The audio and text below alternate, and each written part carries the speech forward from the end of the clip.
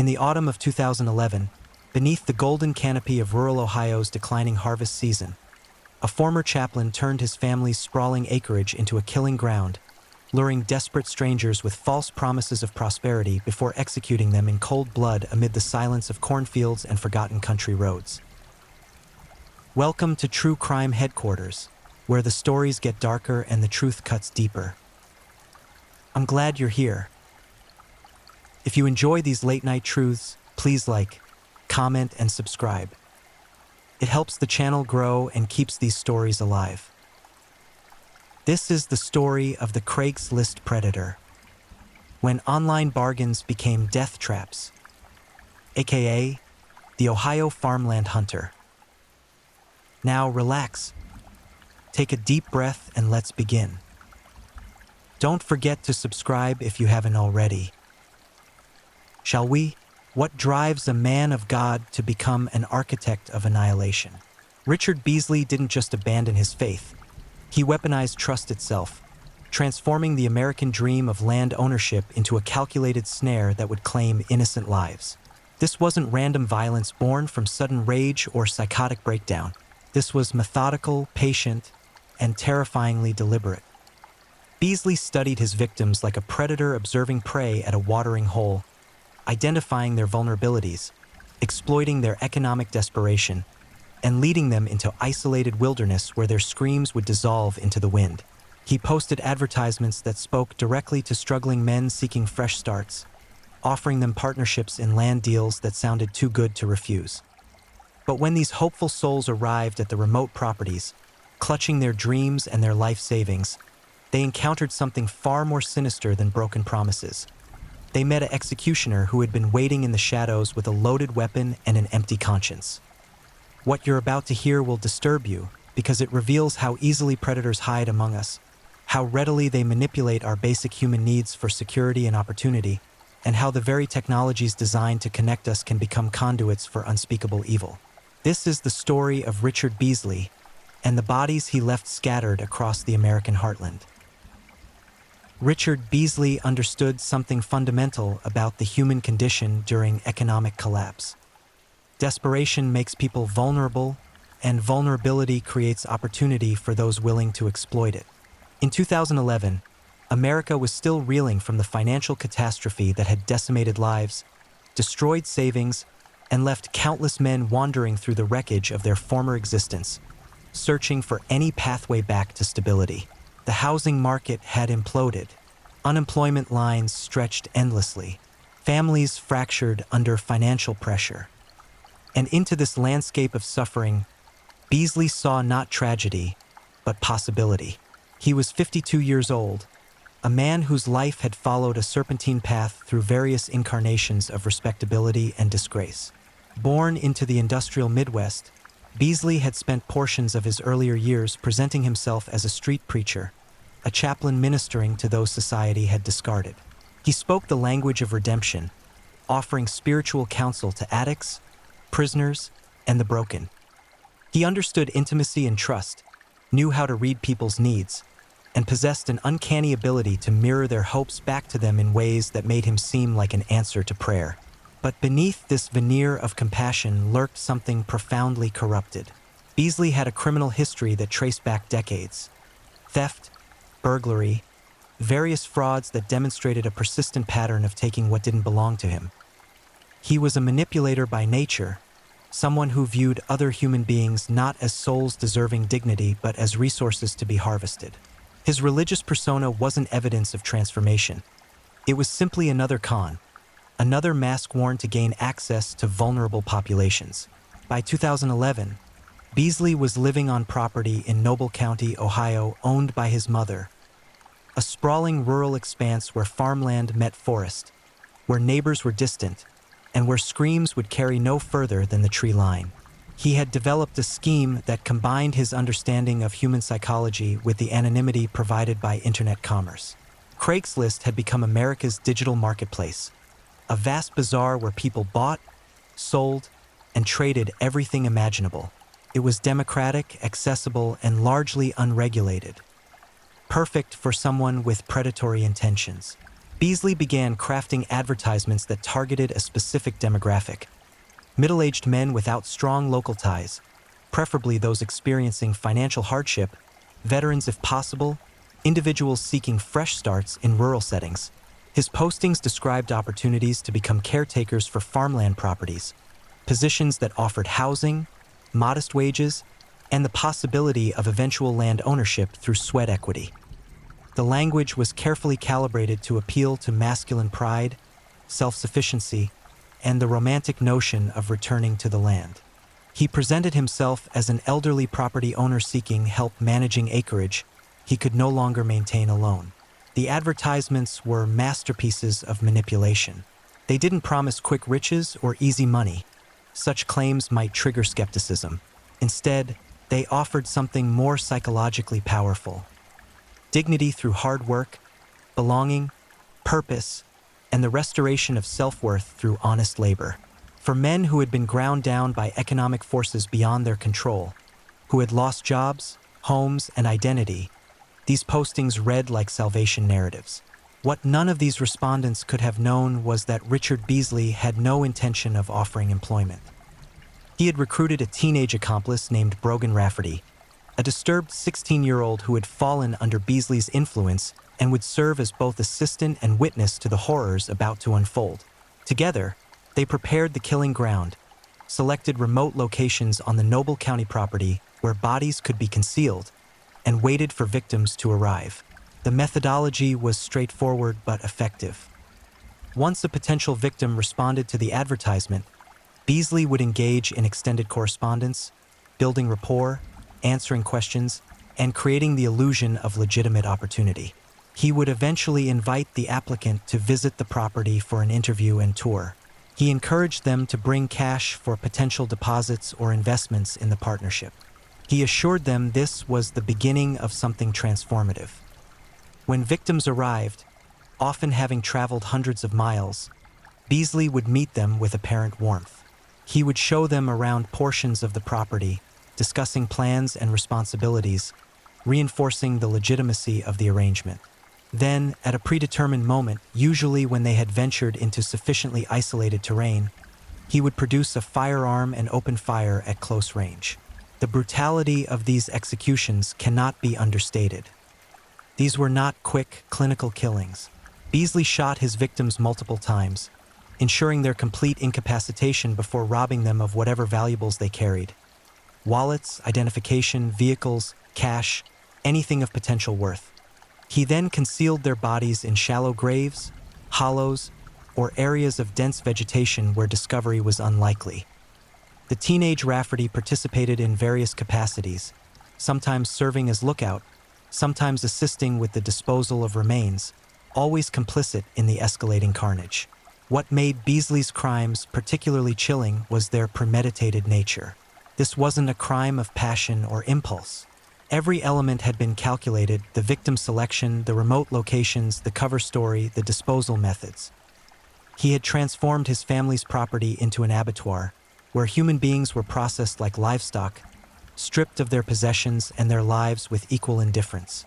The autumn landscape became a theater of death, where golden leaves and harvest abundance concealed fresh graves.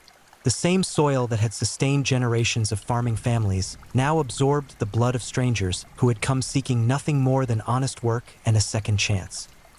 Beasley moved through these transactions with apparent emotional detachment, returning to his daily routines between murders as though nothing extraordinary had occurred.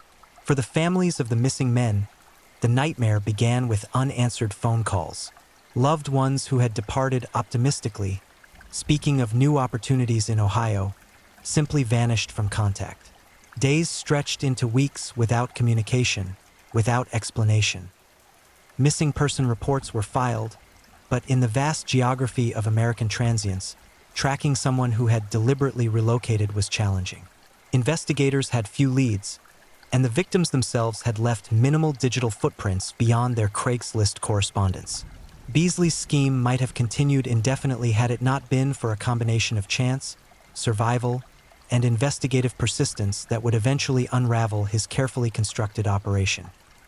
But before that reckoning arrived, more men would travel to Noble County, More families would lose fathers and brothers and sons, and more bodies would be hidden beneath the Ohio earth. The predator was hunting, and the season was far from over. David Pauly was 51 years old when he encountered Richard Beasley's advertisement in the summer of 2011. A resident of Norfolk, Virginia, Pauly had spent his working life in various manual labor positions, the kind of hard physical jobs that destroy bodies over decades while providing barely enough income to survive. He was divorced, somewhat estranged from family, and searching for a pathway out of economic stagnation. The Craigslist posting seemed to offer exactly what he needed: a chance to work with his hands in a rural setting, to escape urban decay, to rebuild his life on honest foundations. Pauly corresponded with Beasley throughout the summer, exchanging messages that built trust and established expectations. Beasley was patient, never rushing the process, allowing the relationship to develop naturally. He answered Pauly's questions about the property, the work involved, the compensation structure. He presented himself as a man of integrity seeking a reliable partner. When Pauly finally made arrangements to travel to Ohio in late June, he informed what family he still maintained contact with that he was pursuing a job opportunity, that he would be in touch once he got settled. He never made contact again. When David Pauly arrived at the designated meeting location in Noble County, Beasley and Rafferty were waiting. Following the established pattern, Beasley greeted Pauly warmly, discussed the property and its possibilities, then led him into increasingly remote terrain under the pretense of showing him the full scope of the land. At some point during this tour, in a location carefully selected for its isolation, Beasley produced his weapon and fired multiple rounds into Pauly's body at close range. The violence was swift and overwhelming. Pauly likely had only seconds to comprehend what was happening before bullets tore through vital organs, collapsing his cardiovascular system and sending him to the ground in shock and agony. Whether death came quickly or whether he suffered through minutes of conscious dying, alone in a strange forest with his killer standing over him, remains a question that haunts those who later learned of his fate. What is certain is that Beasley showed no mercy, no hesitation, no recognition of the humanity he was extinguishing. After confirming Pauly was dead, Beasley and Rafferty stripped the body of valuables: wallet, identification, cash, anything potentially useful. They then dragged the corpse to a pre-selected concealment location and covered it with earth and vegetation. Pauly's vehicle was driven away, to be disposed of or utilized as Beasley saw fit. Within hours, it was as though David Pauly had never existed, his presence erased from the landscape as thoroughly as his life had been erased from the world. But Beasley's appetite for violence had only begun to manifest.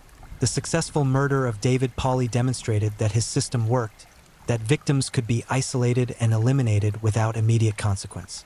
Rather than retreating from further criminality, he accelerated his operations.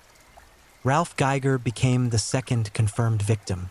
At 56 years old, Geiger was a resident of Akron, Ohio, a man struggling with unemployment and seeking opportunities to stabilize his deteriorating financial situation.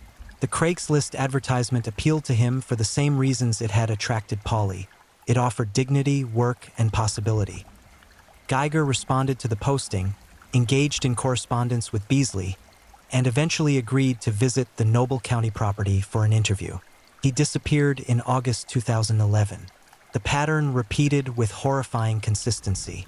Beasley met Geiger, built rapport, led him into isolated areas of the property, then executed him with multiple gunshot wounds. The body was concealed, the possessions stolen, the vehicle disposed of. Ralph Geiger's family reported him missing, but without clear evidence of foul play or knowledge of where he had actually gone. Investigators had little to work with. Geiger had mentioned to acquaintances that he was pursuing a job opportunity in a rural area, but the details had been vague. His trail simply ended. Scott Davis became the third victim to encounter Richard Beasley, but unlike his predecessors, Davis would survive. A twist of fate that would ultimately bring the entire murderous enterprise crashing down. Davis was 48 years old, originally from South Carolina, a military veteran who had served his country and was now struggling to navigate civilian life in an economy that seemed to have no place for men like him. The Craigslist advertisement spoke directly to his skills and needs.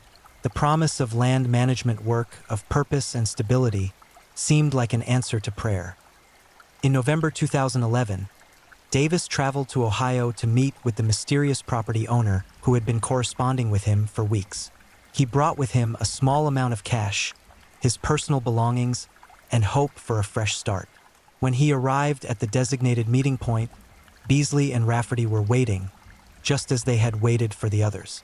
The tour of the property followed the established script.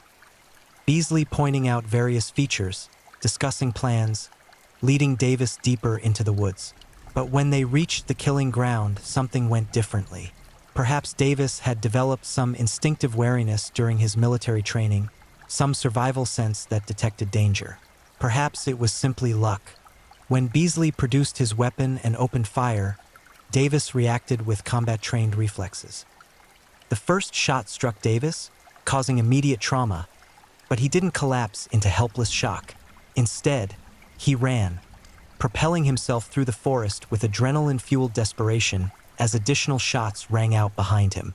Bullets struck trees, tore through leaves, and at least one more projectile found his body.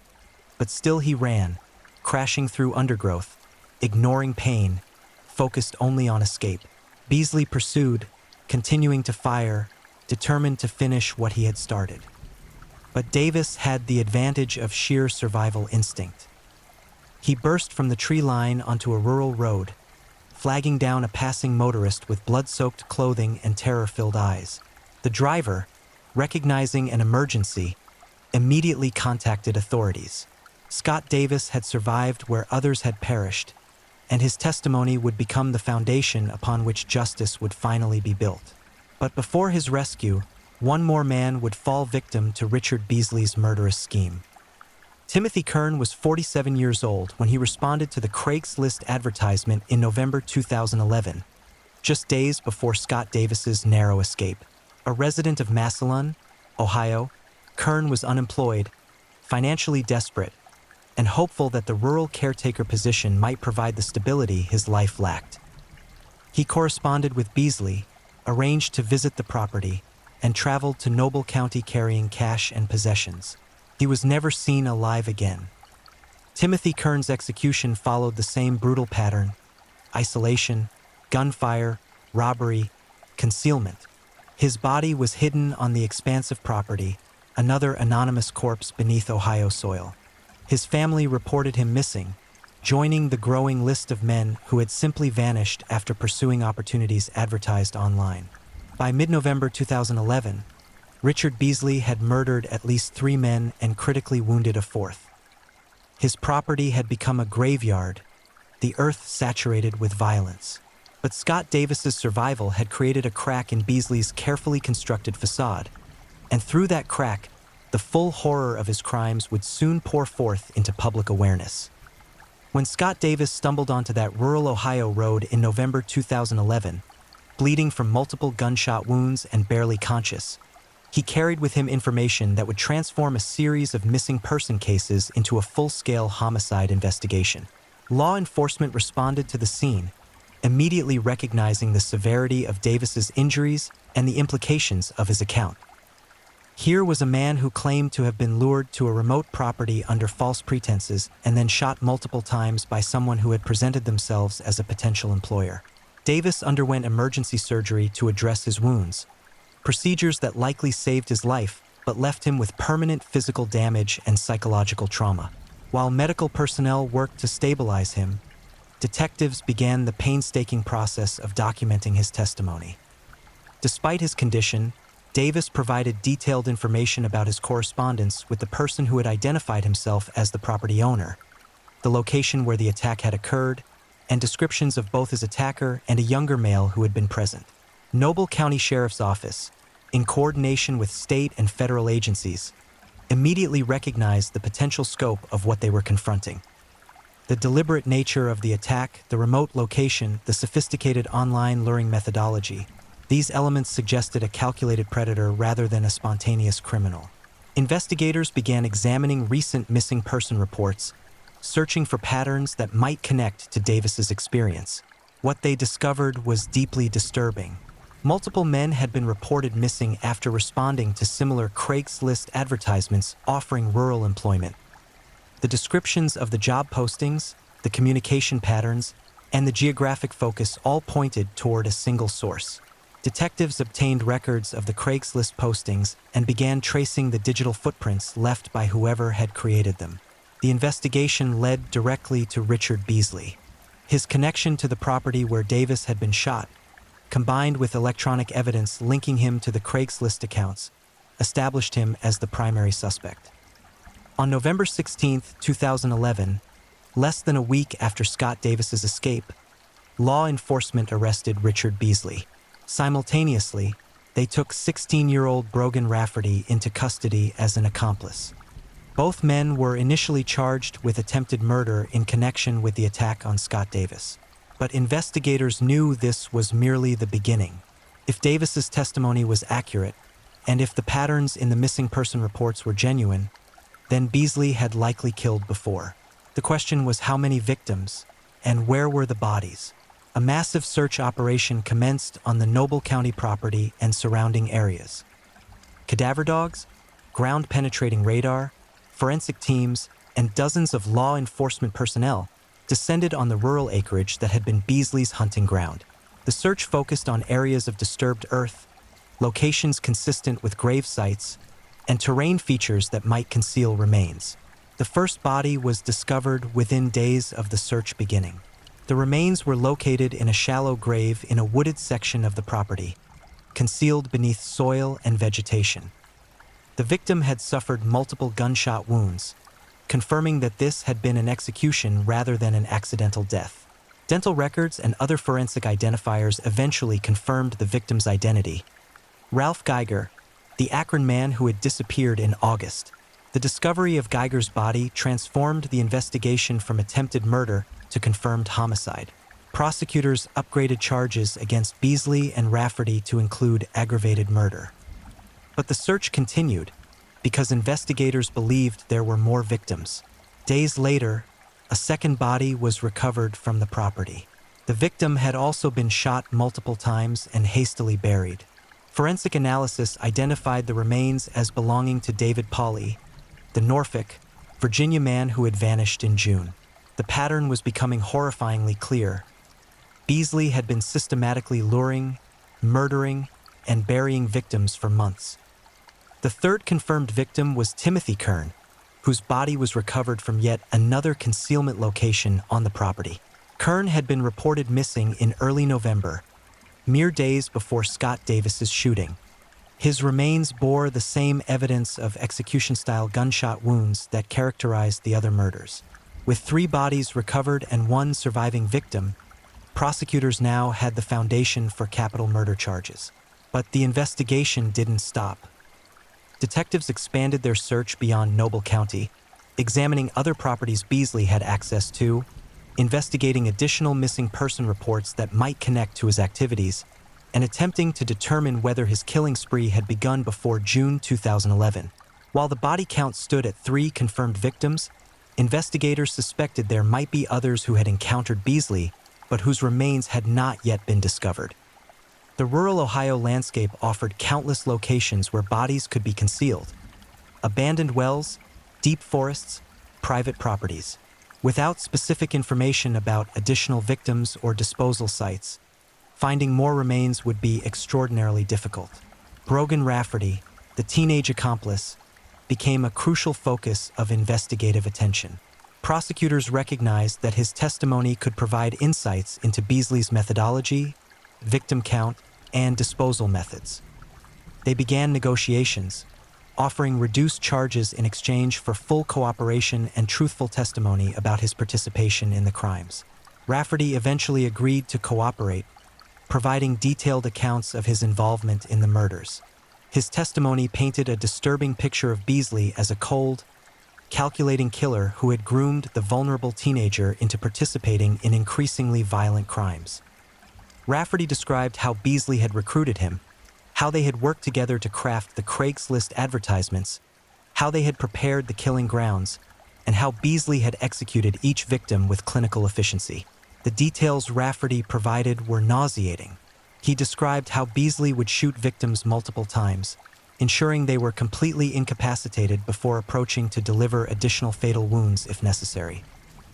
He recounted how they had stripped bodies of valuables, counting cash and dividing the spoils. He explained how Beasley had shown no emotional response to the killings, treating them as nothing more than transactions from which to profit. Rafferty's testimony also confirmed that Scott Davis had been extraordinarily fortunate to escape. According to Rafferty, Beasley had been enraged by Davis's survival, furious that his carefully planned execution had failed. The fact that Davis had managed to flee despite multiple gunshot wounds testified to both his physical resilience and his determination to survive. As the investigation continued, a portrait emerged of Richard Beasley as a uniquely dangerous predator. Unlike many serial killers who are driven by sexual compulsion or psychotic delusion, Beasley appeared motivated primarily by financial gain, though the ease with which he killed suggested a profound absence of empathy. He had identified vulnerable populations, developed sophisticated luring techniques, and created operational procedures that minimized risk while maximizing profit. Prosecutors prepared for what would be one of the most significant criminal trials in Ohio history. The evidence was overwhelming. Surviving victim testimony, recovered bodies, forensic ballistics linking Beasley's weapons to the murders, electronic records documenting his Craigslist activities, financial records showing he had possessed items belonging to the victims, and the damning testimony of his teenage accomplice. Richard Beasley would face justice, but that justice could never restore the lives he had taken or repair the devastation he had inflicted on the families left behind. The trial of Richard Beasley commenced in February 2013, more than a year after his arrest. The Summit County Courthouse in Akron, Ohio became the venue where the full scope of his crimes would be presented to a jury of his peers.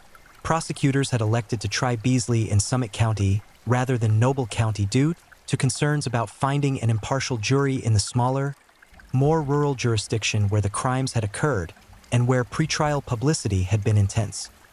The prosecution's case was methodically constructed, building layer upon layer of evidence that demonstrated not only Beasley's guilt, but also the calculated, premeditated nature of his crimes.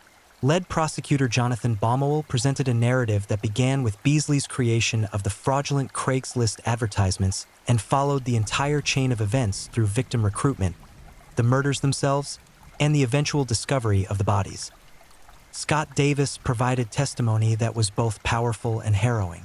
Taking the witness stand with visible scarring from his gunshot wounds, Davis recounted his correspondence with Beasley, his arrival at the Noble County property, and the terrifying moments when Beasley had produced a weapon and opened fire. He described the sensation of bullets tearing through his body, the desperate flight through the forest while additional shots rang out behind him, and his belief that he was about to die alone in those woods. Davis's testimony was particularly effective because he represented what the other victims had experienced, except he had survived to tell the tale. His presence in the courtroom gave voice to David Pauley, Ralph Geiger, and Timothy Kern, men who could no longer speak for themselves but whose final moments had likely been similar to what Davis had endured. Forensic experts testified about the ballistics evidence linking Beasley's firearms to the murders. The bullets recovered from victims' bodies and the shell casings found at crime scenes were definitively matched to weapons in Beasley's possession. Additional forensic testimony established the causes of death for each victim. Multiple gunshot wounds to vital organs, producing massive internal bleeding and rapid cardiovascular collapse. Brogan Rafferty's testimony provided an insider's perspective on the operation. Now older and apparently remorseful, Rafferty described in detail how Beasley had recruited him, how they had planned the murders together, and what had transpired during each killing. His account confirmed that these were not impulsive acts of violence, but rather executions carried out according to a predetermined methodology. Rafferty's testimony was particularly damaging to any potential defense strategy based on diminished capacity or lack of premeditation. He described how Beasley had remained calm throughout the murders, how he had carefully selected killing locations, how he had ensured victims were completely isolated before attacking, and how he had shown no emotional distress afterward. This was not the behavior of someone experiencing a psychotic break or acting under some form of mental impairment. This was the conduct of a calculated killer executing a plan. The prosecution also presented evidence of Beasley's financial motivations. Records showed he had been in significant debt, facing various financial pressures that provided motive for the robberies that accompanied each murder. Items belonging to the victims had been found in Beasley's possession, including identification documents, cash, and personal property. Vehicle titles had been fraudulently transferred. Bank accounts had been accessed. This was murder for profit, dressed up in the language of employment opportunity. Beasley's defense team faced an almost impossible task. The evidence against their client was overwhelming, the testimony was devastating, and the brutality of the crimes made sympathy unlikely. They attempted to argue that Rafferty had been the primary actor and that Beasley's involvement had been less direct than prosecutors claimed. But this strategy crumbled under the weight of forensic evidence and witness testimony. The defense also attempted to introduce mitigating factors related to Beasley's troubled childhood and various psychological issues, hoping to spare him from the death penalty even if they couldn't secure an acquittal. But these efforts gained little traction with a jury that had heard detailed descriptions of how Beasley had methodically murdered desperate men who had trusted him. Family members of the victims provided impact statements that were emotionally devastating. They described the men who had been taken from them: fathers, brothers, sons who had been struggling but who had been trying to rebuild their lives. They spoke about the months of agonizing uncertainty when their loved ones had simply vanished, the desperate hope that perhaps they were alive somewhere, and the crushing finality when remains were identified.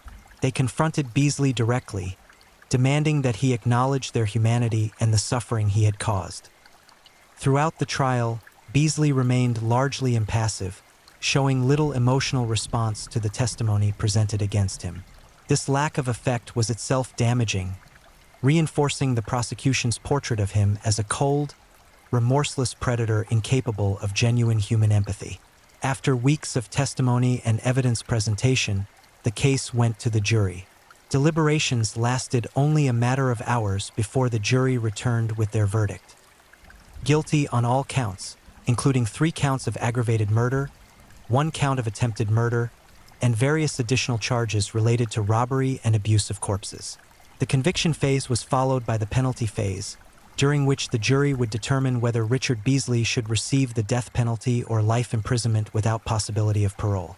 Ohio is a capital punishment state, and the aggravating factors in this case: multiple victims, murders committed during the course of other felonies, exceptional cruelty, made Beasley eligible for execution. The jury recommended death. In March 2013, the judge formally sentenced Richard Beasley to death on the aggravated murder convictions, along with additional lengthy prison terms for the other charges. He was transported to Ohio's death row at the Chillicothe Correctional Institution, where he would await execution while pursuing the automatic appeals process that accompanies all capital sentences. Brogan Rafferty, who had testified against Beasley in exchange for a plea agreement, was separately tried and convicted. Despite his cooperation, the severity of his involvement resulted in a sentence of life imprisonment without possibility of parole. The court acknowledged his youth at the time of the crimes but determined that his participation in multiple murders warranted the harshest possible sentence short of execution. The aftermath of the Craigslist killer case sent shockwaves through online commerce communities. The crimes demonstrated how easily predators could exploit digital marketplaces to identify and isolate victims. Craigslist and similar platforms implemented additional safety warnings and encouraged users to meet in public locations, bring companions to transactions, and inform others of their whereabouts when pursuing opportunities listed online. For the families of David Pauley, Ralph Geiger, and Timothy Kern, the convictions brought a measure of justice but could never restore what had been taken. They had lost loved ones to senseless violence, men whose only crime had been economic desperation and the hope for better circumstances. The financial crisis of 2008 and its aftermath had created the conditions that made these men vulnerable, and Richard Beasley had exploited that vulnerability with lethal efficiency. Scott Davis, the surviving victim, faced a long recovery from both physical injuries and psychological trauma. He had looked death in the face and somehow managed to escape, but the experience left permanent scars. His survival had been crucial to bringing Beasley to justice, but the cost of that survival would be measured in years of healing and adjustment. The Noble County property where the murders had occurred became a site of grim infamy, a place forever associated with the brutality that had transpired there. The land itself seemed tainted by the blood that had soaked into its soil, the screams that had echoed through its forests, and the terror that had been experienced in its most isolated reaches.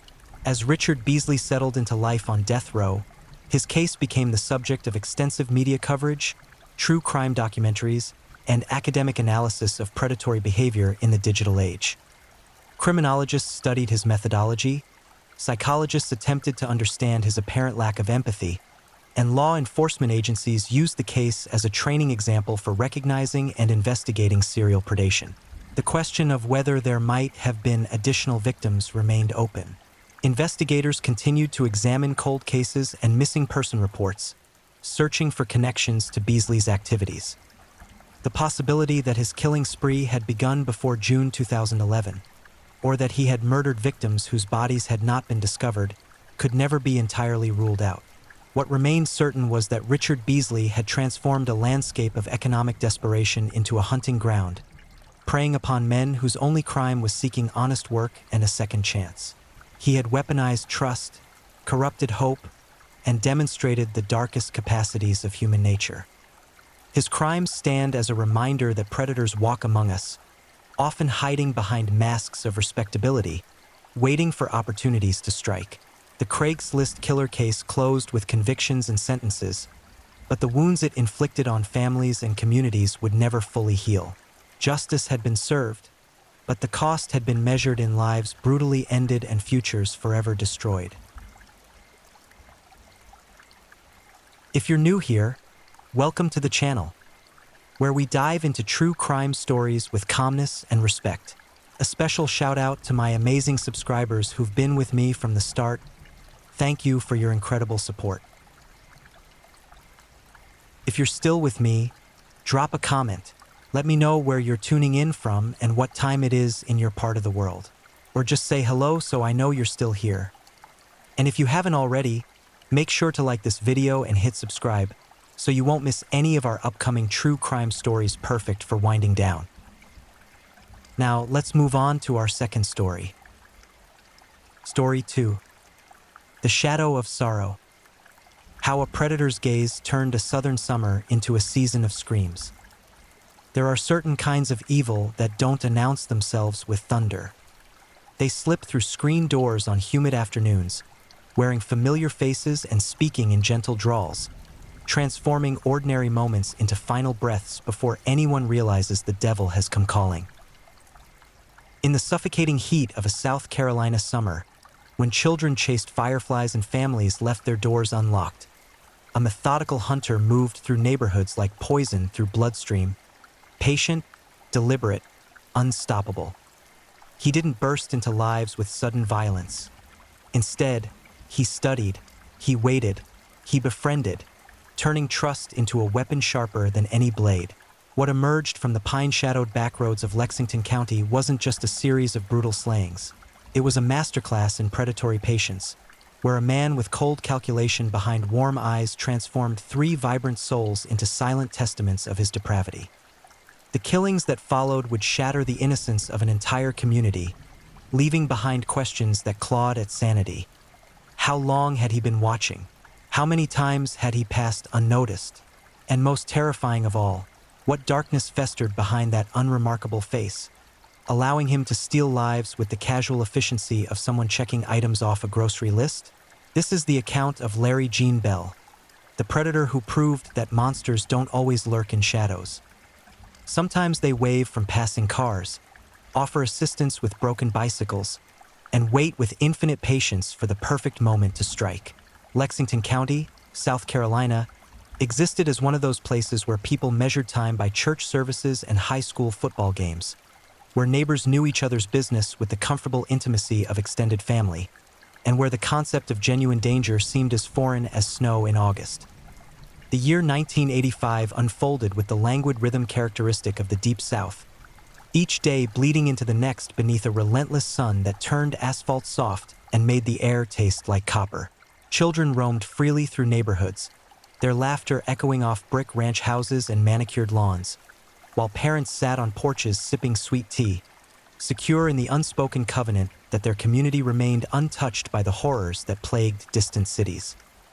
But beneath this veneer of pastoral tranquility, something malignant had taken root.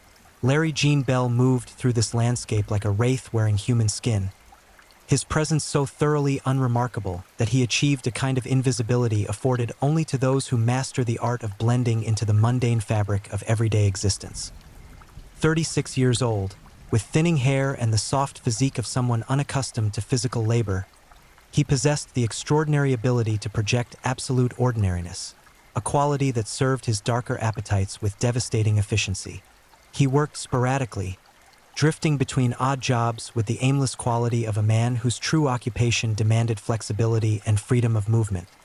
His real work, the calling that consumed his thoughts and fueled his fantasies, required patience, observation, and the cultivation of opportunities that others would never recognize. Bell understood something fundamental about human nature that most people never consciously acknowledge. Trust is granted most readily to those who appear least threatening. He weaponized his mediocrity, transforming his forgettable features and unassuming demeanor into tools of predation. He watched people, really watched them, studying routines, memorizing schedules, identifying vulnerabilities with the focused intensity of a wolf selecting prey from a herd. His vehicle, a nondescript blue Chevrolet that could have belonged to any of 10,000 men in the region, became his hunting blind, allowing him to observe without attracting notice, to follow without raising alarm. The communities surrounding Columbia, South Carolina, sprawled outward in a patchwork of subdivisions and rural roads, creating countless isolated pockets where privacy transformed into isolation, where the distance between houses meant that screams would go unheard, where a brief moment of vulnerability could stretch into eternity. Bell knew these roads intimately, had driven them countless times, mapping out the terrain with the thoroughness of a military strategist preparing for invasion. He noted which streets had adequate lighting and which disappeared into stretches of darkness. He observed which homes had dogs and which sat silent. He cataloged which routes offered multiple escape paths and which dead-ended into risky confrontations. His methodology revealed a chilling sophistication that belied his appearance as a simple-minded drifter. This was not the work of an impulsive killer striking in moments of rage or opportunity. This was systematic, calculated, refined through careful planning and meticulous attention to detail. Bell approached his murderous compulsions with the same dedication another man might bring to a craft or profession, constantly refining his techniques, learning from each encounter, evolving his strategies to minimize risk and maximize control. May 31st, 1985, arrived like countless days before it. Hot, humid, thick with the promise of afternoon thunderstorms that would provide only temporary relief from the oppressive heat. Sherry Faye Smith, 17 years old and brimming with the confident optimism characteristic of youth suspended between childhood and adulthood, spent the morning preparing for what should have been an ordinary afternoon. Beautiful in that fresh-faced way that comes from genetics and youth rather than artifice, she possessed long blonde hair that caught sunlight like spun gold, bright eyes that reflected her enthusiasm for life, and a smile that had charmed teachers, friends, and family members throughout her young life. She stood on the precipice of graduation, her future stretching before her with limitless possibility, her dreams taking shape with increasing clarity. She had plans that afternoon. Nothing elaborate, just errands that needed completing before the weekend festivities began. Her boyfriend waited for her, expecting her arrival, anticipating spending time together in the carefree way of young couples for whom tragedy exists only as an abstract concept affecting other people in other places. Sherry left her home in the Platte Springs area of Lexington County, driving her father's car with the radio playing and windows down, the picture of youthful vitality and innocence. She never reached her destination. What transpired in those following hours exists in fragments, pieces of evidence and testimony that construct a nightmare scenario of predation and suffering. Belle, who had likely been watching and waiting for precisely this kind of opportunity, spotted Sherry as she traveled along her route. Whether he engineered a staged emergency, a vehicle appearing disabled, a request for assistance, or simply forced her off the road through more direct means remains unclear in some specifics, but the outcome proved devastatingly certain. Using methods he had refined through fantasy and possibly previous crimes that remained undiscovered, Bell gained control of his victim with terrifying efficiency. He transported Sherry to a location he had prepared, a place remote enough to ensure privacy but familiar enough that he could navigate with confidence. What followed defies easy description while demanding acknowledgement. Bell subjected this young woman to prolonged sexual assault, transforming hours that should have been filled with laughter and adolescent joy into an ordeal of systematic degradation and terror. The physical violations were horrific enough, but Bell's depravity extended beyond mere violence into realms of psychological torture that revealed the depths of his malignancy. He forced Sherry to record messages, audio cassettes filled with her voice speaking words he dictated, creating artifacts of her suffering that he would later use to torment her family. The recordings captured her fear, her pleading, her desperate attempts to maintain composure while imprisoned by a monster who derived pleasure from her anguish. Bell made her speak about her love for her family, made her apologize for events that were utterly beyond her control, made her voice the terror that gripped her soul. These tapes represented a form of cruelty that transcended the physical violations, extending his reach beyond his immediate victim to inflict wounds upon those who loved her. The assault continued for hours, how many exactly, only Bell knew with certainty, though forensic evidence would later suggest a prolonged captivity filled with repeated violations. Throughout this ordeal, Sherry demonstrated remarkable courage, attempting to establish human connection with her captor, trying to appeal to whatever fragment of humanity might exist beneath his monstrous exterior. She spoke of her family, her dreams, her desire to simply go home. Whether these attempts represented genuine hope for mercy or tactical desperation, they ultimately proved futile against the absolute emptiness that resided where Bell's conscience should have been. As afternoon stretched toward evening, Bell made his final decision regarding Sherry's fate. Perhaps he had always intended to kill her, or perhaps some element of her resistance or his own paranoia about being identified sealed her doom. Regardless of motivation, the conclusion remained inevitable. He strangled Sherry Faye Smith, applying pressure to her throat until life fled her body, extinguishing 17 years of existence with the brutal efficiency of someone ending a transaction rather than taking a human life. But Bell's depravity didn't conclude with murder. It extended into desecration that revealed the profound disrespect he held for human dignity. Rather than concealing his crime through hasty burial or disposal, Bell staged Sherry's body in a manner designed to shock and horrify those who would eventually discover her. He transported her corpse to a location off Shaw Road, laying her remains in a deliberate pose that suggested ritualistic elements, ensuring that even in death, she would serve his twisted purposes. When Sherry failed to arrive at her boyfriend's home, initial concern manifested as the mild worry that accompanies minor delays. Perhaps she had gotten caught up running errands. Perhaps the car had experienced mechanical troubles. Perhaps she had simply lost track of time. But as minutes stretched into hours and phone calls went unanswered, that concern metastasized into genuine alarm. By nightfall, Sherry's family had contacted law enforcement, reporting their daughter missing and providing descriptions that would be distributed throughout the region. The discovery of Sherry's body 2 days later, on June 2nd, transformed what had been a missing persons investigation into a homicide case of shocking brutality.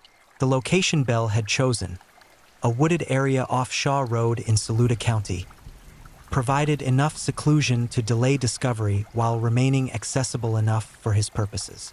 Investigators arriving at the scene encountered evidence of calculated cruelty. Sherry's nude body positioned deliberately, showing signs of the prolonged sexual assault she had endured, with ligature marks on her neck indicating the method of her death. The medical examiner's subsequent autopsy would confirm what the scene suggested. This young woman had suffered tremendously before death provided escape from her tormentor. But perhaps most chilling among the evidence recovered were the audio cassettes Bell had mailed to Sherry's family and to local media outlets. These recordings, which arrived after her body had been discovered, contained Sherry's voice-speaking messages dictated by her killer, creating a horrific bridge between victim and family that extended Belle's cruelty beyond the immediate crime. On these tapes, listeners could hear the fear bleeding through Sherry's attempts at composure, could detect the psychological torture underlying every word, could sense the monstrous presence just beyond the microphone's range directing her performance. The community reacted with the stunned disbelief characteristic of populations confronting evil's sudden manifestation in their midst. Lexington County, which had prided itself on safety and neighborly trust, found itself gripped by fear that spread like infection through every household. Parents who had allowed children to roam freely now enforced strict boundaries and constant supervision. Doors that had remained unlocked for generations suddenly sported deadbolts and chain locks. The casual openness that had defined Southern hospitality curdled into suspicion, with every unfamiliar vehicle and unknown face triggering alarm. Law enforcement agencies, coordinating between county and state jurisdictions, mobilized resources on a scale rarely seen in this predominantly rural region. Investigators pursued leads with desperate intensity, interviewing witnesses, cataloging evidence, attempting to construct a profile of the perpetrator from the sparse clues available. The tapes provided valuable information: voice analysis, background sounds, content details.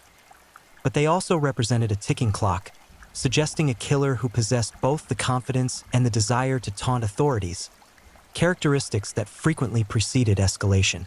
Belle, meanwhile, moved through this heightened atmosphere of suspicion with the same unremarkable quality that had served him previously. He attended work when he felt inclined, drove the same roads, inhabited the same spaces, his exterior maintaining the facade of normalcy, while internally he reveled in the chaos he had created. The media attention, the community fear, the massive law enforcement response. All of it fed his grandiose self-perception, confirming his superiority over those around him, validating his belief that he operated beyond the constraints governing ordinary people. But satisfaction from Sherry's murder proved disturbingly temporary. The compulsions that drove Belle toward predation didn't abate with fulfillment. Instead, they intensified, demanding new victims, new suffering, new opportunities to exercise the absolute power that came from controlling whether another person lived or died. The psychological mechanisms underlying his pathology. Whatever combination of genetic predisposition, developmental trauma, and conscious choice had constructed his murderous identity, operated with increasing urgency, shortening the interval between killings and amplifying risk through decreased caution. On June 14, 1985, barely 2 weeks after Sherry's body had been discovered, Belle struck again with the calculated precision that characterized his methodology. Deborah May Helmick, a 9-year-old child whose entire life stretched before her with infinite possibility, became his next target. Deborah possessed the vulnerability that predators instinctively recognize: small, trusting, occupying that space of childhood where adults represent authority and assistance rather than danger. She had been visiting her father at his workplace in Richland County when Belle encountered her, identifying an opportunity that satisfied his depraved appetites. The specifics of how Belle gained control of Deborah remain somewhat unclear, whether through deception, manipulation, or direct force, but the outcome proved as devastating as his previous crime. He abducted the child, transporting her to another carefully selected location where privacy ensured his ability to indulge his monstrous impulses without interruption.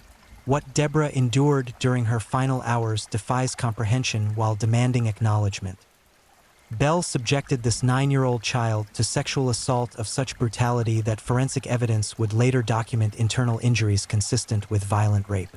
The psychological dimensions of this crime extend beyond even the physical horror. Deborah experienced terror on a scale that adults struggle to imagine, her child's mind attempting to process an ordeal utterly beyond her developmental capacity to understand. She likely cried for parents who couldn't hear her, pleaded with a monster immune to appeals for mercy, suffered violations that destroyed innocence with the finality of burned bridges. Belle, demonstrating the absolute lack of empathy that defined his pathology, proceeded through his assault with the methodical quality of someone fulfilling a checklist rather than destroying a human life. When Bell had extracted whatever satisfaction his twisted psychology demanded from Deborah's suffering, he killed her with the same strangulation method he had employed against Sherry. His hands, which might have belonged to any ordinary man passing on the street, closed around this child's small throat and squeezed until breath ceased and life flickered out like a candle in wind. The murder itself likely consumed only minutes, a brief interval of physical struggle and fading consciousness. But those minutes contained more suffering than most people experience in lifetimes. Bell then faced the logistical challenge of body disposal, demonstrating the same calculated approach that characterized his abductions. He transported Deborah's remains to another remote location, this time selecting a site in Newberry County, continuing his pattern of crossing jurisdictional boundaries, whether intentionally to complicate investigations or simply because these areas offered the isolation he required remained a question investigators would later debate. He concealed her body with sufficient effectiveness that discovery would require extensive searching, but not so thoroughly that he couldn't later direct authorities to the location should he choose to do so. The discovery of Deborah's body several days later sent shockwaves through communities already reeling from Sherry's murder. The recognition that a second victim had been taken, that a 9-year-old child had suffered and died at the same hands that had killed a 17-year-old just weeks earlier, transformed public fear into something approaching panic. Parents kept children inside under virtual lockdown. Schools implemented new security protocols. Community gatherings that had been routine for generations were canceled or heavily monitored. The psychological impact extended beyond immediate safety concerns into existential questions about the nature of evil and the vulnerability of innocence. Law enforcement investigators, now confronting a serial killer actively hunting in their jurisdiction, intensified efforts with renewed urgency. The similarities between crimes, the sexual assault, the strangulation, the remote disposal locations, suggested a single perpetrator working with increasing boldness. Profilers brought in to assist the investigation constructed a portrait of the likely suspect. Male, probably white given the demographics and victim selection, aged between late 20s and early 40s, possessing sufficient mobility and freedom to travel during daytime hours, likely living alone or with minimal supervision, presenting an unthreatening exterior that facilitated approach and deception. This profile, while accurate in broad strokes, encompassed hundreds of potential suspects within the geographic area under consideration. Without physical evidence linking a specific individual to the crimes, fingerprints, DNA analysis being in its relative infancy in 1985, distinctive trace materials, investigators faced the challenging task of narrowing a large suspect pool through traditional detective work. Interviews, background checks, timeline construction, pattern analysis. Bell, meanwhile, continued his life with the compartmentalization characteristic of certain serial offenders, maintaining employment and social connections while internally nursing his predatory compulsions.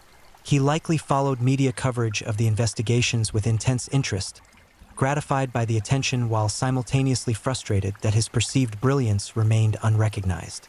The grandiosity underlying his pathology demanded acknowledgement. He wanted credit for his accomplishments, wanted his intellectual superiority validated through public recognition, wanted the fear he generated to be explicitly attributed to his actions rather than remaining generalized dread. Summer deepened across South Carolina, the heat intensifying into something almost physical, a presence that pressed down from cloudless skies and radiated up from sun-baked pavement. The oppressive atmosphere matched the psychological climate gripping communities throughout the region. Heavy, suffocating, thick with unspoken dread. Law enforcement maintained heightened patrols while families enforced strict protocols regarding children's movements and activities.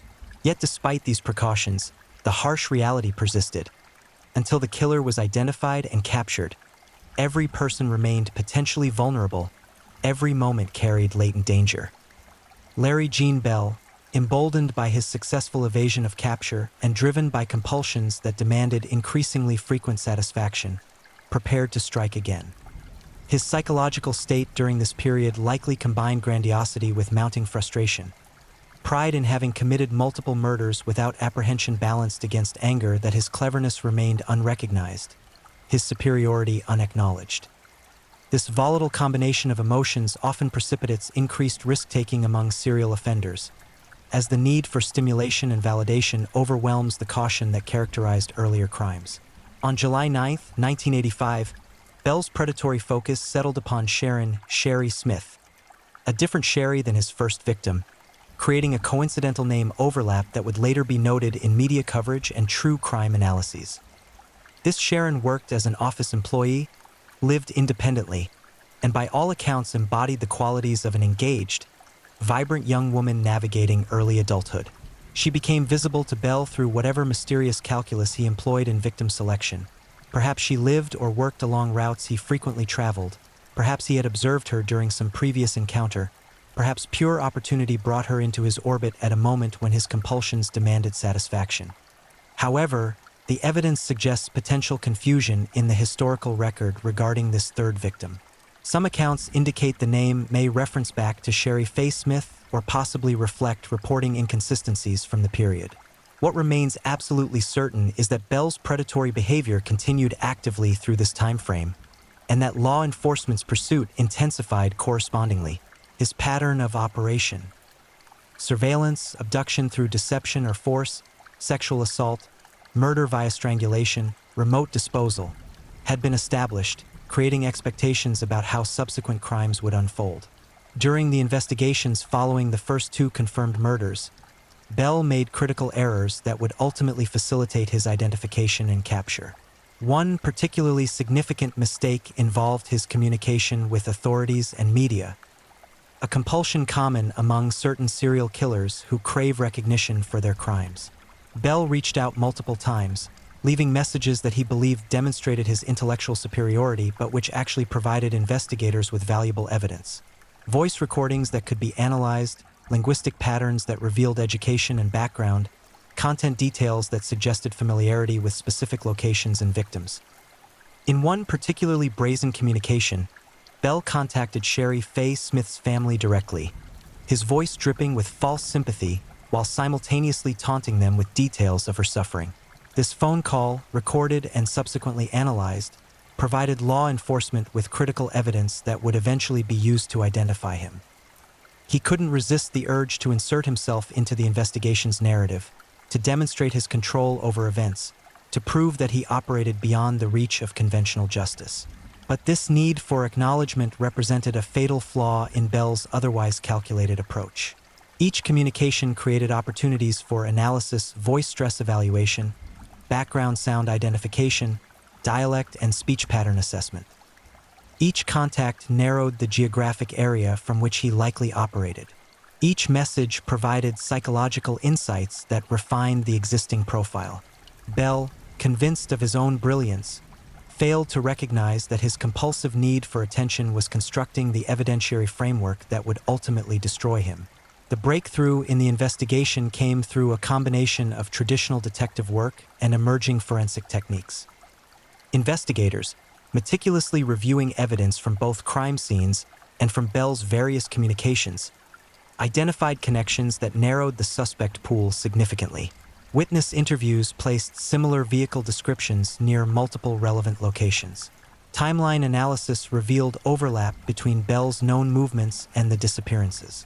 Background checks flagged his history of concerning behaviors that, while not overtly criminal, suggested underlying pathology.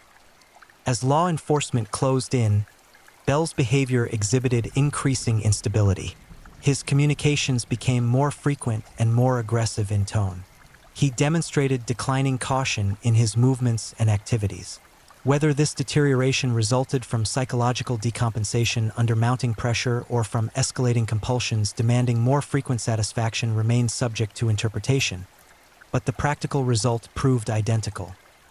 Bell created additional opportunities for detection while simultaneously engaging in behaviors that elevated his risk of capture. On July 12, 1985, investigators obtained sufficient evidence to secure a warrant for Bell's arrest. The specific breakthrough that provided probable cause remains somewhat debated in various accounts.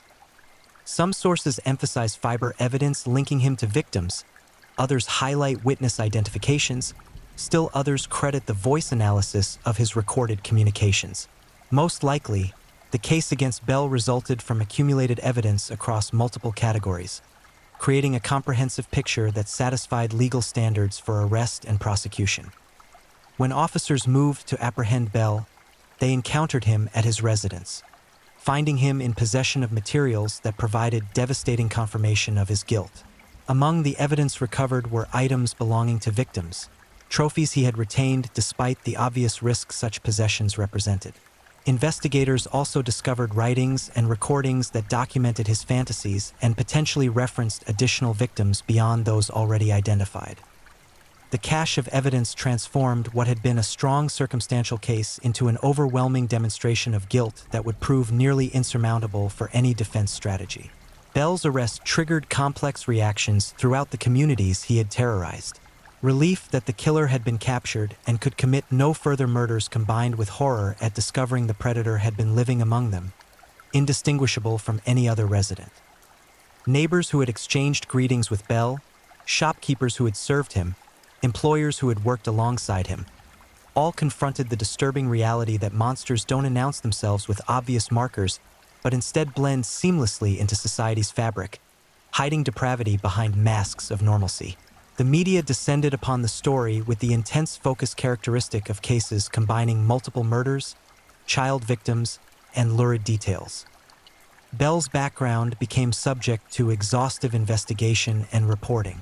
Journalists interviewed anyone who had known him, attempting to identify warning signs that might have predicted his transformation into a killer. Psychologists and criminologists offered analyses of his pathology, speculating about contributing factors and psychological mechanisms. The case became a touchstone for discussions about predatory behavior, victim vulnerability, and the challenges of identifying dangerous individuals before they act upon their impulses. For the families of victims, Bell's capture provided only partial consolation. While his arrest meant he could kill no more, it couldn't restore what had been stolen. The lives of beloved daughters whose futures had been extinguished by his depravity, the innocence shattered by his violations, the sense of security destroyed by his actions. They faced the additional trauma of legal proceedings that would require them to confront details of their loved ones' suffering while Bell sat nearby, present but offering nothing resembling genuine remorse or accountability. The legal proceedings against Larry Gene Bell unfolded with the methodical pace characteristic of capital cases, where every procedural safeguard receives exhaustive attention and where the stakes, quite literally life and death, demand absolute precision in applying legal standards. Bell faced multiple charges including kidnapping, sexual assault, and murder for each confirmed victim, with prosecutors pursuing the death penalty given the aggravating factors present. Multiple victims, child victim, sexual assault accompanying murder, and the particularly heinous nature of the crimes. The trial, when it commenced, attracted intense public interest and comprehensive media coverage. The prosecution constructed their case through careful presentation of physical evidence, forensic analysis, witness testimony, and perhaps most damaging, Bell's own communications that demonstrated not merely his guilt but his pride in the suffering he had inflicted. The tapes containing Sherry Faye Smith's voice, speaking words dictated by her killer, provided particularly powerful evidence of Bell's calculated cruelty, his enjoyment of psychological torture extending beyond the immediate victims to encompass their families. Defense attorneys faced the nearly impossible challenge of representing a client whose guilt appeared overwhelmingly established by accumulated evidence. Their strategy, by necessity, focused less on disputing whether Bell had committed the murders and more on attempting to construct mitigating factors that might spare him from capital punishment.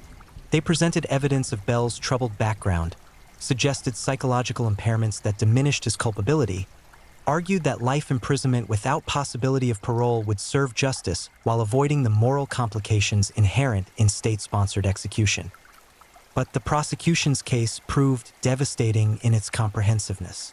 Medical examiners described in clinical detail the injuries victims had sustained, translating technical terminology into narratives of suffering that made clear the prolonged nature of assaults and the terror victims experienced. Forensic experts explained how physical evidence linked Bell conclusively to the crimes. Law enforcement officers recounted the investigation's progression and Bell's behavior following his arrest. Family members provided victim impact statements that transformed abstract legal proceedings into human stories of love and loss. The jury deliberated with appropriate gravity before returning guilty verdicts on all charges. The penalty phase followed, requiring jurors to weigh aggravating factors against any mitigating circumstances and determine whether death represented the appropriate sentence. After careful consideration of all evidence and arguments, the jury recommended capital punishment, a recommendation the judge formally imposed, sentencing Larry Gene Bell to death for his crimes against Sherry Faye Smith and Deborah May Helmick. Bell's placement on death row initiated a lengthy appeals process characteristic of capital cases in the American legal system. Automatic appeals, habeas corpus petitions, clemency requests. Each legal avenue received thorough exploration as Bell's attorneys sought to overturn his conviction or modify his sentence. These proceedings stretched across years, with victims' families enduring repeated revivals of trauma, as each new appeal necessitated revisiting the crimes and their devastating impacts. Throughout his incarceration, Bell granted occasional interviews to journalists and researchers, offering insights into his psychology that ranged from genuinely revealing to transparently self-serving.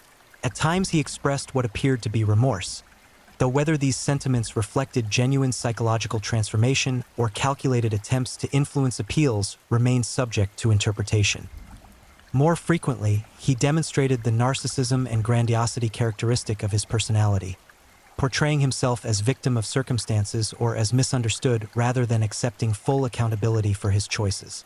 Psychological evaluations conducted during Bell's imprisonment provided valuable data for criminologists studying serial murder.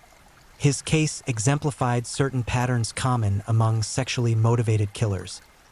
The combination of predatory planning with apparently normal surface functioning, the escalation from fantasy to action, the ritualistic elements accompanying the crimes, the compulsion to revisit and relive the murders through retained trophies and communications.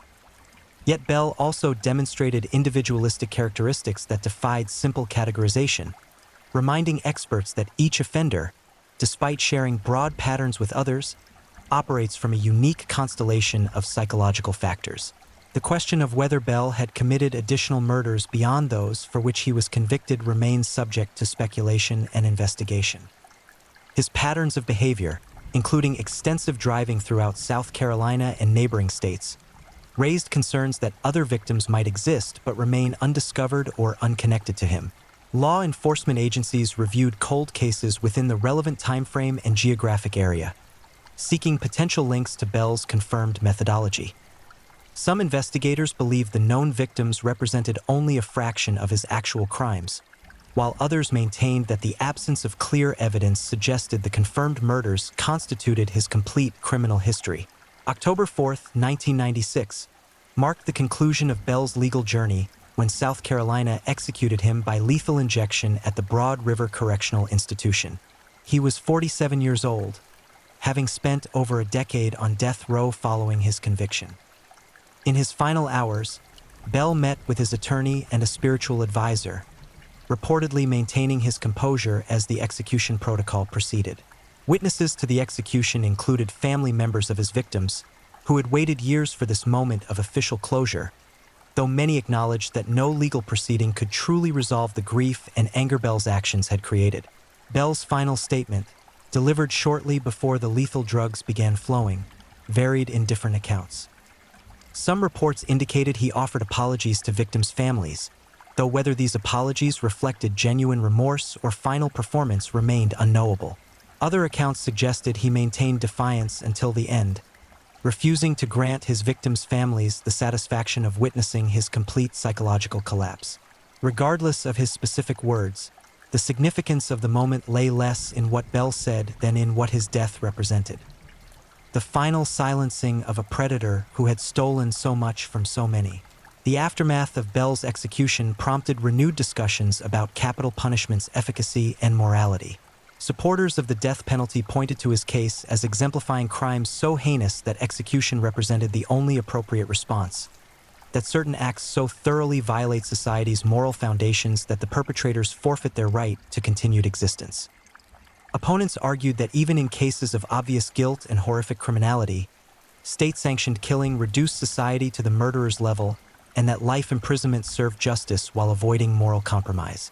For the families of Sherry Faye Smith and Deborah May Helmick, Bell's execution provided a form of closure, though one complicated by the reality that no punishment could restore what had been stolen. They had lost daughters full of promise and potential, had endured years of legal proceedings that repeatedly forced confrontation with their loved ones' suffering, had lived with the knowledge that a monster had touched their lives with devastating permanence. Bell's death ended his story but couldn't conclude theirs. They continued carrying grief and loss, learning to navigate worlds forever altered by his actions. The community impact of Bell's crimes extended far beyond immediate victims and their families. Lexington County and surrounding areas experienced lasting transformation in how residents approached safety and trust. The casual openness that had characterized the region prior to 1985 never fully returned. Parents who had themselves been children during Bell's killing spree imposed security measures on their own children, informed by knowledge of what horrors could unfold when vigilance lapsed. The collective innocence of an entire generation had been sacrificed to Bell's depravity. Larry Jean Bell's case remains studied in criminal justice programs, analyzed in forensic psychology courses, and referenced in discussions about predatory behavior and serial murder. His crimes contributed to evolving understanding of sexually motivated killers, particularly regarding the sophistication with which certain offenders plan and execute their crimes. The case highlighted the challenges law enforcement faces in identifying predators who lack obvious criminal histories and who present unremarkable exteriors to the world. In the final analysis, Bell's legacy consists of stolen lives, shattered families, and traumatized communities, a testament to the destruction one individual can inflict when empathy dies and predatory impulses reign unchecked. His victims, Sherry Faye Smith and Deborah May Helmick, deserve remembrance not merely as entries in a criminal case file, but as vibrant human beings whose lives held infinite value independent of the monster who ended them. They were daughters, friends, individuals with dreams and personalities and futures that should have unfolded across decades.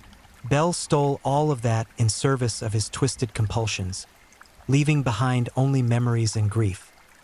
The story concludes with Bell's execution, but the ripples of his actions continue spreading through time.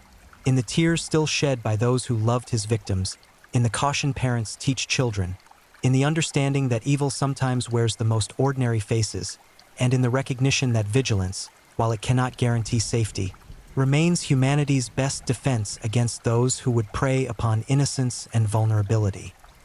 This is the account of Larry Jean Bell, the last ride killer, whose brief reign of terror left permanent scars upon South Carolina and stands as a reminder that monsters are real. They walk among us, and only through collective commitment to protection and justice can their darkness be held at bay. If you're enjoying these stories, don't forget to leave a comment. I'd love to hear where you're tuning in from and what time it is in your part of the world. And if you haven't already, be sure to like this video and subscribe so you don't miss the next true crime story to help you drift off to sleep. Now, let's move on to our third story. Story 3, The Butcher's Alphabet. When the auctioneer's gavel falls, we trust we're buying someone's treasured past. But what if those antique tools once measured a human being's final screams in carefully documented increments? Kansas City, Missouri, a place where Midwestern charm masks unspeakable depravity. Behind the cluttered shelves of Bob's Bizarre Bazaar, where curious shoppers browsed vintage collectibles and oddities, the proprietor was compiling a collection of his own, a gallery of living sculptures, men transformed into whimpering experiments through methodical torture. Robert Berdella, known to his neighbors as Bob the Book Lover, spent 8 years converting human beings into obedient playthings within the walls of 4315 Charlotte Street. He didn't just kill his victims, he systematically erased their humanity, one brutal procedure at a time, documenting every degrading moment with the precision of a scientist and the cruelty of a demon. This is the story of the Kansas City Butcher, a man who turned torture into routine, murder into methodology, and 6 young men into entries in the most disturbing diary ever discovered by American law enforcement. What police found in his house of horrors would redefine the boundaries of human evil. Robert Andrew Berdella Jr. entered the world on January 31, 1949, in Cuyahoga Falls, Ohio, a seemingly ordinary child destined for extraordinary darkness. His childhood photographs show an unremarkable boy with soft features and curious eyes, nothing suggesting the monster gestating within. But normalcy was already fracturing around the edges. Young Robert discovered his fascination with control early. While other children played baseball and climbed trees, he obsessed over his growing collection of bones. Animal skulls arranged meticulously on shelves, each positioned at precise angles. His bedroom became a museum of death, carefully curated and constantly expanding. Neighbors would later recall the strange boy who spent hours examining roadkill, studying decomposition with scientific detachment. The Burdella household simmered with dysfunction. His father, a die-cast worker at the General Motors plant, ruled through intimidation and explosive violence. Robert Sr.'s temper transformed ordinary evenings into psychological minefields where the wrong word, the slightest imperfection, could trigger volcanic rage.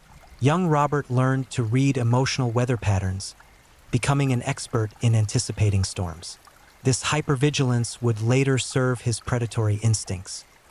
His mother, Mary, sought refuge in religion and prescription medication, her prayers growing more desperate as her marriage deteriorated.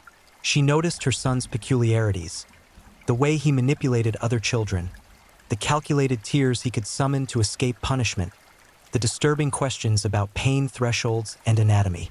But she explained away these warning signs, choosing comfortable delusion over confronting the darkness blooming in her only child. When Robert's father died in 1967, something fundamental shifted. The 18-year-old displayed no grief, only relief. At the funeral, mourners noted his dry eyes and slight smile.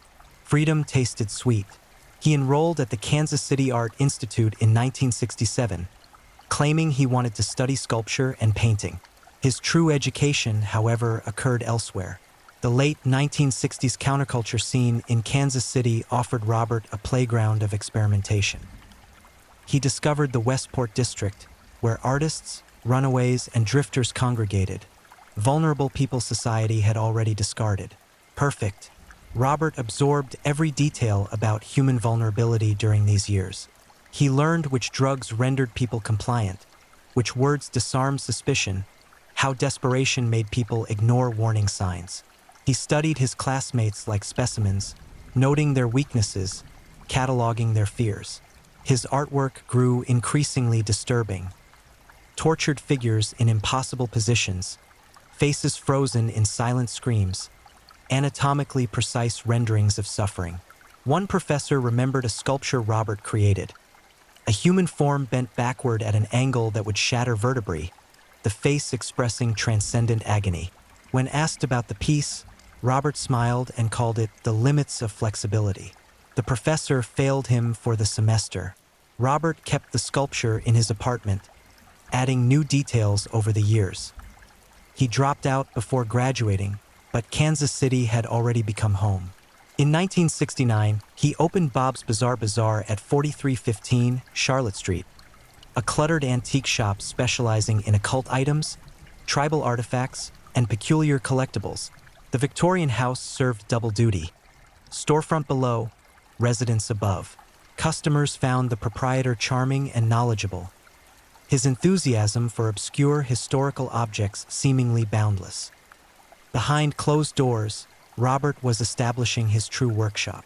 He reinforced the second-floor bedroom locks, installed soundproofing under the guise of preserving valuable antiques from street noise, and began assembling his toolkit, veterinary supplies purchased through agricultural catalogs, electrical equipment from hardware stores, chemicals ordered from medical supply companies, his forged veterinary credentials granting access. Restraints disguised as vintage medical equipment for his shop inventory. The house at Charlotte Street became his laboratory, and Robert was ready to begin his experiments. His social circle consisted primarily of the marginalized, male prostitutes, runaways, drug addicts. He frequented the city's gay bars, not for romance but for reconnaissance. Robert projected safety and stability, offering meals, money, sometimes shelter. Many young men gratefully accepted Bob's generosity, viewing him as a benevolent father figure. They couldn't perceive the predator cataloging their vulnerabilities, calculating their worth as experimental subjects. Throughout the 1970s, Robert honed his manipulation techniques. He learned precisely how much sympathy to express, which vulnerabilities to exploit, how to position himself as savior to the desperate. His shop became a known refuge for troubled young men, Bob's kindness legendary among the Westport Street community. But kindness was merely bait. Robert filled journals with observations, handwriting small and precise, every detail recorded. He noted which substances produced optimal confusion without unconsciousness. He sketched restraint configurations. He theorized about pain tolerance variables and documented strategies for maintaining specimen viability during extended experimentation. These weren't fantasies anymore. They were blueprints. By 1984, Robert Berdella had transformed 4315 Charlotte Street into a fully functional torture facility. The second-floor bedroom contained everything necessary: reinforced bed frame with attachment points, extensive drug supply, injection equipment, electrical devices, detailed logs for recording experimental data. Soundproofing absorbed screams. Reinforced locks prevented escape. The antique shop below provided perfect cover.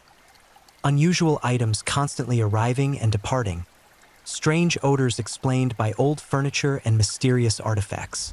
His neighbors knew Bob as an engaged community member who organized the local crime watch program. The irony pleased him immensely. He attended neighborhood meetings, complaining about suspicious characters while mentally selecting his next victim from the very runaways everyone feared. He volunteered for community cleanup days, chatting pleasantly while planning atrocities that would desecrate everything decent people cherished. Robert had become the monster he'd spent decades cultivating, patient, methodical, and finally ready to begin his collection in earnest. The education phase had ended. The killing would soon begin. And when it did, Robert Berdella would prove himself among history's most depraved architects of suffering. A man who transformed murder into meticulous procedure and human beings into objects existing solely for his experimental pleasure. 6 young men would learn this truth too late. Their final days spent discovering exactly how much horror one human being could inflict upon another when granted absolute control and fueled by bottomless cruelty. Jerry Howell was 19 years old when he made the fatal mistake of trusting Bob Berdella. July 1984. Summer heat pressed down on Kansas City while Jerry, a male prostitute working the Westport district, accepted Bob's offer of dinner and marijuana on July 5th. He'd met Bob before. The friendly antique dealer who sometimes hired street kids for odd jobs, who never demanded sexual favors, who seemed genuinely interested in helping. Jerry felt safe climbing those stairs to Bob's second-floor apartment. He shouldn't have. The marijuana Bob offered was laced with sedatives. As Jerry's consciousness flickered and faded, Bob secured him to the bed, wrists and ankles restrained, body positioned for optimal access. When Jerry regained awareness, his nightmare had already begun. Robert had prepared meticulously for this moment. His logs lay open, pen ready to document everything. Drugs lined the nightstand in careful arrangement. Animal tranquilizers, sedatives, antibiotics, stimulants. Each substance had a specific purpose in Robert's methodology. He wasn't simply torturing Jerry. He was conducting research, testing hypotheses about human endurance, pain tolerance, and the systematic destruction of will. The torture followed procedures Robert had refined through years of planning. He injected drain cleaner into Jerry's eyes using a syringe, documenting the screams, the convulsions, the gradual clouding of the corneas. He wanted to know if eliminating sight increased compliance. The answer, carefully recorded: temporary effect only. Specimen became more difficult to manage when disoriented. He administered electrical shocks to various body parts, noting which locations produced optimal pain without causing cardiac arrest. He inserted objects into orifices, measuring trauma thresholds. He subjected Jerry to sexual assaults while monitoring vital signs, treating rape as merely another data point in his comprehensive study of suffering. Between torture sessions, Robert force-fed Jerry sedatives, maintaining a state of semi-consciousness, aware enough to experience pain, too drugged to effectively resist. The bed became Jerry's entire universe, the restraints permanent fixtures on his wrists and ankles. Days blurred together in an endless cycle of agony, brief unconsciousness, and renewed torture. Robert documented everything in logs written with meticulous precision. Date, time, procedure performed, drugs administered, subject's response. All recorded in neat handwriting that transformed atrocity into clinical observation. These weren't the ravings of a madman. They were laboratory notes from a methodical experimenter who'd reduced a human being to research material. Jerry endured this hell for approximately 4 days. His body, young and resilient, resisted death despite the systematic damage Robert inflicted. But resilience has limits. On July 9th, Jerry's heart finally surrendered. Robert noted the time of death, the probable cause, asphyxiation during a final sexual assault, and his irritation at losing the specimen sooner than anticipated. Disposal presented challenges. Robert had planned for this contingency. He dismembered Jerry's body with surgical precision in the basement, packaging remains in garbage bags. Over the following weeks, he deposited these bags in various dumpsters across Kansas City, confident that even if discovered, separated body parts couldn't be traced back to Charlotte Street. Jerry Howell's death appeared in no missing persons reports. Street kids vanished regularly, their absences barely noticed. Robert had chosen his victim perfectly, someone society had already discarded, whose disappearance would generate no investigation. The experiment had succeeded beyond Robert's expectations. He'd maintained a living subject for days, testing boundaries of human endurance, satisfying curiosities that had consumed him for decades. The experience was intoxicating. He began planning his next acquisition immediately. Robert Eugene Sheldon, 18 years old, encountered Bob Berdella in April 1985. Another street youth, another troubled young man seeking stability in a chaotic world. Robert's pitch remained consistent. Offer of work, promise of shelter, projection of safety. Robert Sheldon accepted just as Jerry Howell had. The pattern repeated with refined methodology. Drugged drink, restraints, awakening to incomprehensible horror. But Robert had learned from his first experiment. This time, he adjusted drug dosages based on Jerry's recorded responses. He modified torture techniques, exploring new procedures. Robert Sheldon's suffering became more sophisticated, more prolonged. Robert injected drain cleaner into Robert Sheldon's eyes, just as he'd done to Jerry. He administered electric shocks with increased precision, having identified optimal voltage and placement. He implemented extended sensory deprivation periods, covering Robert's eyes with tape for days while monitoring psychological deterioration. The logs grew more detailed, Robert's observations more refined. Robert Sheldon survived approximately 6 days. His death, asphyxiation during assault, same as Jerry, frustrated Robert, who'd hoped for longer specimen viability. He noted this limitation in his records, theorizing about necessary adjustments for future subjects. The dismemberment and disposal followed established protocol. Another young man reduced to garbage bags scattered across the city. Another disappearance that sparked no investigation. Mark Wallace, age 22, became Subject 3 in June 1985. The interval between killings was shrinking, Robert's appetite growing more demanding, his confidence increasing. Mark, like his predecessors, trusted Bob's benevolent facade. Like them, he learned the truth too late. Robert's torture techniques were evolving. With Mark, he implemented new procedures. Extreme temperature variations, chemical burns, more extensive electrical torture. He documented Mark's responses with scientific detachment, noting which techniques produced optimal screaming, which drugs maintained consciousness during the most painful procedures. Mark Wallace endured approximately 5 days before his body surrendered. Robert recorded his disappointment at the shortened duration, hypothesizing that Mark's prior drug abuse had compromised his physical resilience. The pattern was established: acquisition, torture, documentation, death, disposal. Robert had transformed murder into routine, each victim serving as incremental improvement in his methodology. He was perfecting his craft. Walter James Ferris, age 27, disappeared in September 1985. Todd Stoops, age 23, vanished in June 1986. Both followed the established pattern: trust, betrayal, prolonged torture, death, dismemberment. Robert's logs from these periods show increasing sophistication in torture techniques and growing frustration with specimen mortality rates. He wanted his subjects to last longer. He needed to refine his preservation methods. With each murder, Robert grew bolder. He kept trophies, photographs of victims during torture, personal items, even body parts preserved in his freezer.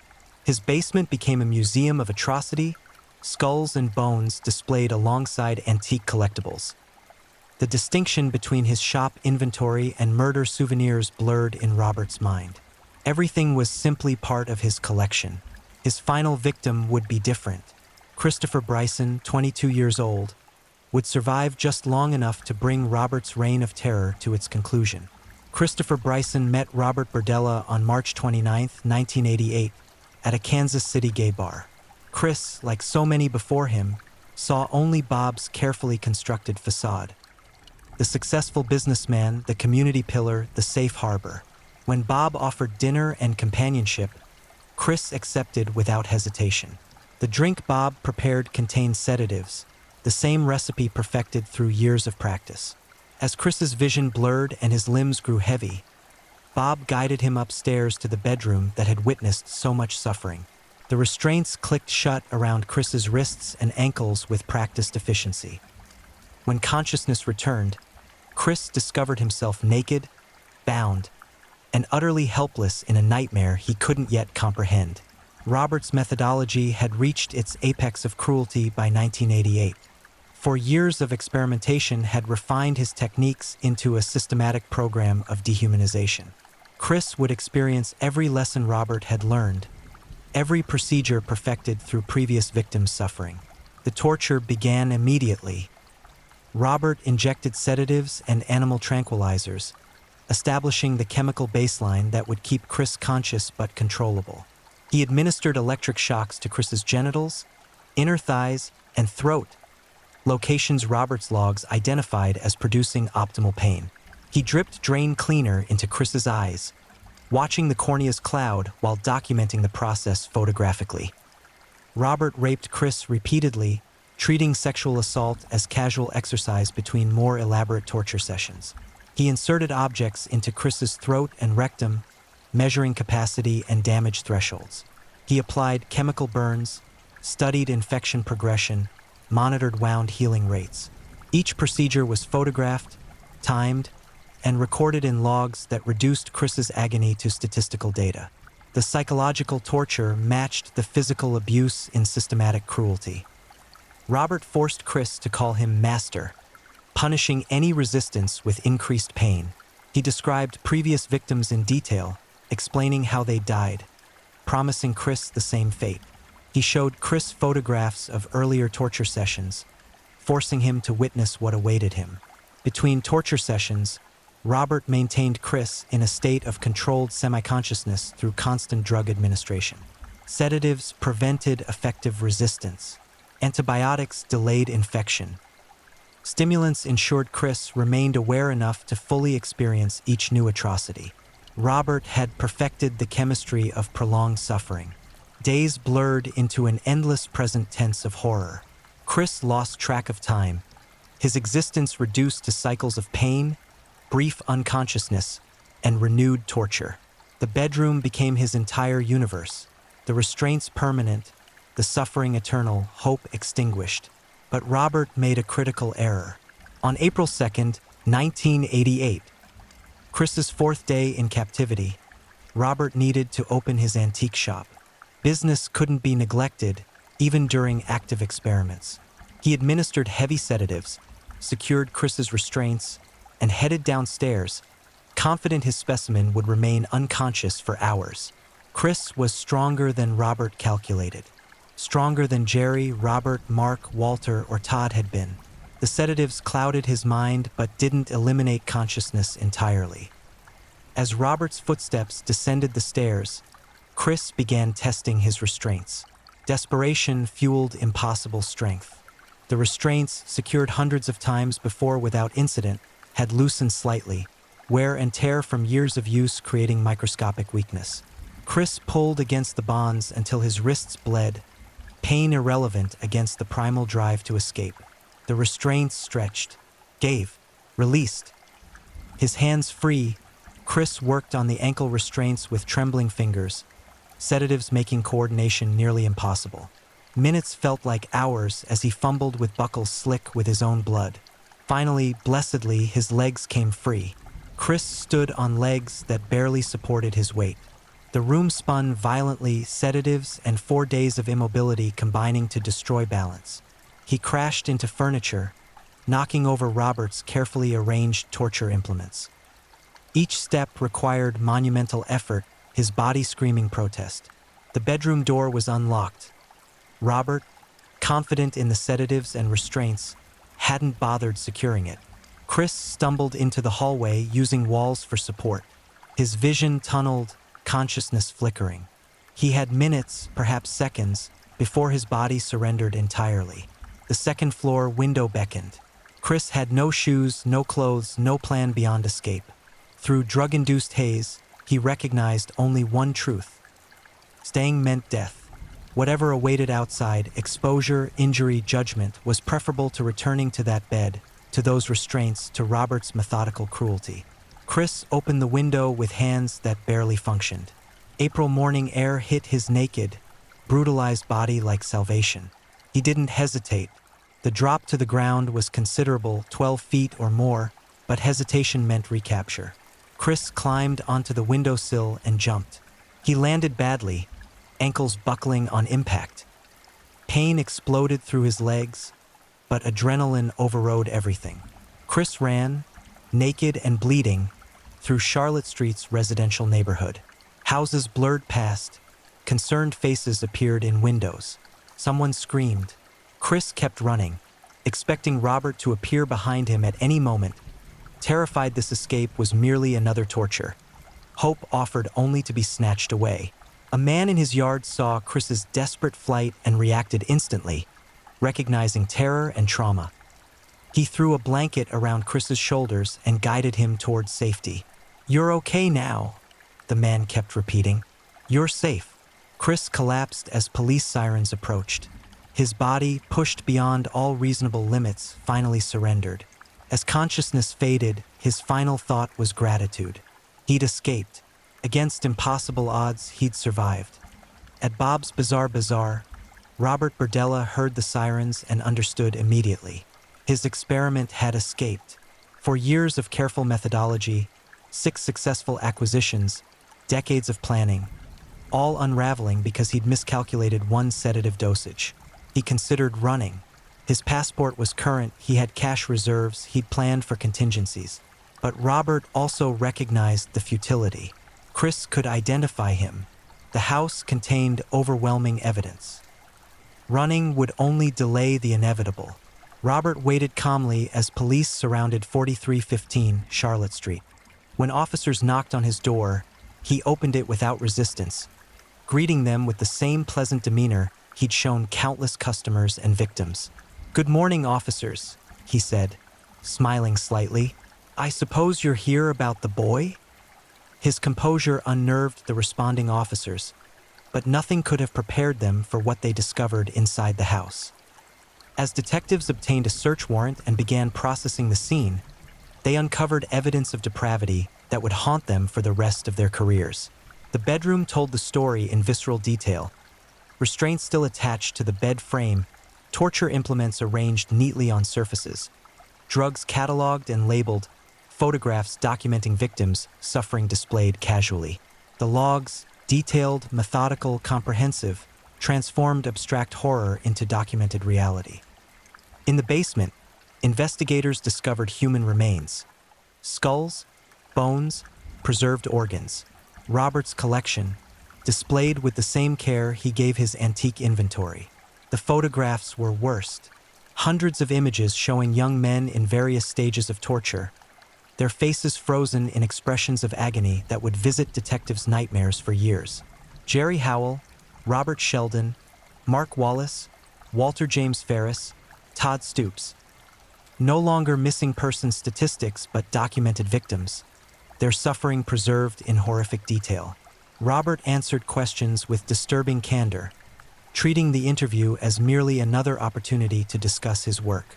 He corrected investigators' assumptions, provided additional details about his methodology, even expressed regret, not for the suffering he'd inflicted, but for procedural mistakes that had shortened specimen viability. Christopher Bryson recovered in the hospital, his body healing faster than his psyche. He'd survived what 6 other young men hadn't. Survivor's guilt would plague him for years, but so would profound gratitude for the strength that had allowed him to break those restraints, climb through that window, and run towards safety. His escape had ended Robert Berdella's reign of terror, but the full scope of the horror was only beginning to emerge. The trial of Robert Berdella was a formality. The evidence was overwhelming, his guilt beyond question. Prosecutors possessed the logs, the photographs, the remains, the torture implements, and Christopher Bryson's testimony, a constellation of proof that painted an undeniable portrait of sustained, systematic evil. Robert's defense attorneys faced an impossible task. Their client had documented his own crimes with meticulous precision, creating an evidentiary record prosecutors described as the most comprehensive they'd ever encountered. The logs alone, detailed accounts of torture procedures, drug dosages, victim responses, constituted confession and instruction manuals simultaneously. Robert showed no remorse during proceedings. He corrected prosecutors' characterizations of his methods with the same professorial tone he'd used explaining antique valuations to customers. When describing Jerry Howell's torture, Robert interrupted to clarify the timeline, annoyed by factual imprecision. He was proud of his work, viewing the trial as opportunity to share his research with a wider audience. The prosecution presented their case with grim efficiency. Christopher Bryson's testimony electrified the courtroom, his voice steady as he described 4 days of systematic torture, his eyes never leaving Robert's face. Robert took notes throughout, occasionally nodding as if Chris were confirming experimental results. Investigators testified about the crime scene, their voices flat as they described discoveries that had hardened detectives weeping. Forensic experts connected remains to missing persons reports, giving names back to victims Robert had reduced to specimens. Family members wept in the gallery as their loved ones' final days were reconstructed through logs and photographs. The photographs themselves were shown only to the jury, deemed too disturbing for public viewing. Jurors' faces grew progressively more haunted as they examined image after image of young men bound, tortured, their humanity stripped away by Robert's methodical cruelty. Several jurors required psychological counseling after trial concluded. Robert's methodology became central to the prosecution's case. This wasn't passion-killing or rage-driven violence. Robert had transformed murder into science, approaching each victim as an experiment, documenting procedures with academic detachment. The logs revealed a man who'd spent years perfecting torture techniques, testing hypotheses about human endurance, treating suffering as data to be collected and analyzed. The defense attempted to argue mental illness, suggesting only an insane person could commit such atrocities. Psychiatric experts examined Robert extensively, searching for psychosis, schizophrenia, any diagnosis that might explain his actions as disease rather than choice. They found nothing. Robert was sane by every legal and medical definition. He understood right from wrong, knew his actions were criminal, chose to commit them anyway. His evil was purely volitional, not the product of broken brain chemistry but of deliberate moral bankruptcy. Robert himself undermined the insanity defense during testimony. He explained his methodology with perfect clarity, demonstrating sophisticated planning and rational decision-making. He'd chosen victims carefully, minimized detection risk, refined procedures based on experimental results. These weren't the actions of a delusional mind. They were the choices of a methodical predator. On December 19, 1988, The jury deliberated less than 2 hours before returning guilty verdicts on 6 counts of murder. Robert showed no reaction as verdicts were read, his expression placid and slightly bored. Sentencing occurred weeks later. The judge, visibly struggling to maintain composure, described Robert's crimes as among the most depraved he'd encountered in decades on the bench. "You treated human beings as objects," the judge stated, voice tight with controlled rage. "You systematically destroyed 6 lives and traumatized a 7th. You documented your atrocities with pride. You show no remorse." Kansas had no death penalty in 1988. It had been abolished in 1972 and wouldn't return until 1994. The maximum sentence available was life imprisonment without possibility of parole. The judge imposed this sentence 6 times consecutively, ensuring Robert would die in prison even if he lived for centuries. Robert's response was chilling in its banality. "I understand," he said simply, nodding as if receiving instructions for furniture delivery. He was transported to the Missouri State Penitentiary in Jefferson City, where he would spend his remaining years. Prison officials placed him in administrative segregation, protective custody, prison terminology for isolation necessary to prevent other inmates from administering their own justice. Child killers and torture murderers require protection even in maximum security facilities. Robert adapted to prison with the same methodical approach he'd applied to torture. He established routines, followed regulations, caused no disciplinary problems. Guards found him polite, even charming, the same facade that had lured 6 young men to their deaths. He granted interviews with researchers, FBI profilers, and journalists, treating each conversation as academic discussion. He explained his methodology, shared insights into his victim selection process, described the evolution of his torture techniques. He remained proud of his work, viewing his crimes as misunderstood achievements rather than atrocities. Criminal profilers studied Robert extensively, incorporating his case into training materials for law enforcement.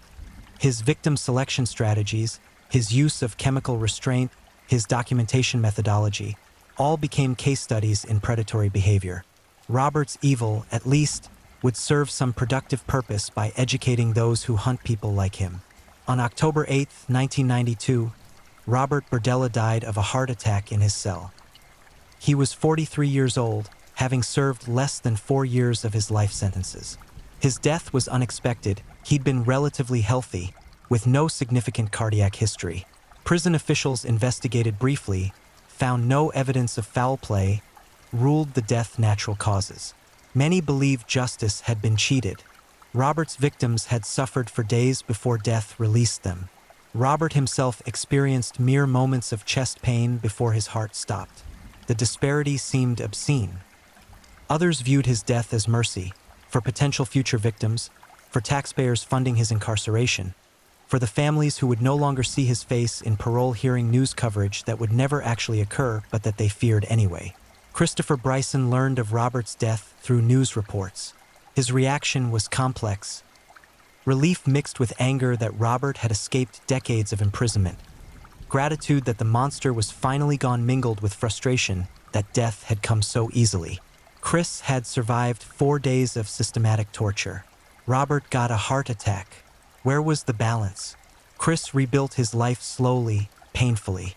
Therapy helped address the trauma, though nightmares persisted for years. He became an advocate for missing persons, particularly street youth whose disappearances often generated minimal investigation. His survival had meaning, he decided. He would honor the 6 who hadn't escaped by ensuring others like them weren't forgotten. Jerry Howell's family received closure they'd never expected, learning their son's fate years after his disappearance.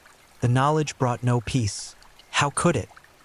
But uncertainty's end provided some grim comfort. At least they knew.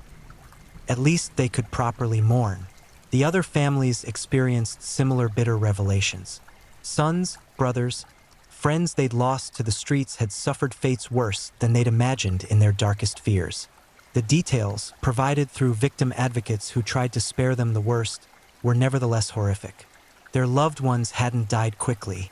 They'd been tortured systematically, their suffering documented, their humanity erased. The house at 4315 Charlotte Street was demolished in 1993. Kansas City wanted no shrine to Robert's atrocities, no dark tourism destination. The lot remained vacant for years, as if the ground itself had been poisoned by what occurred there. Eventually, new construction filled the space, but neighbors never forgot. Charlotte Street would always be haunted by memories of the torture house. Robert Berdella's case influenced criminal justice in lasting ways. His meticulous documentation became a teaching tool for investigators, demonstrating how predators refine methodology through practice. His victim selection strategies highlighted vulnerabilities of marginalized populations, street youth, sex workers, drug addicts, whose disappearances often generate minimal response. Law enforcement improved protocols for missing persons cases involving high-risk populations. Robert had exploited society's indifference toward throwaway people. Never again, reformers vowed, though implementation remained imperfect. The case also sparked discussions about preventive intervention. Robert's escalation had been gradual but documented. His disturbing artwork in college, his obsession with control, his collection of vulnerable young men. Warning signs existed, but no framework for response. Could earlier intervention have prevented 6 murders?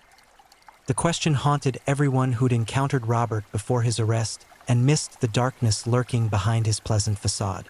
In the end, Robert Berdella's legacy is suffering.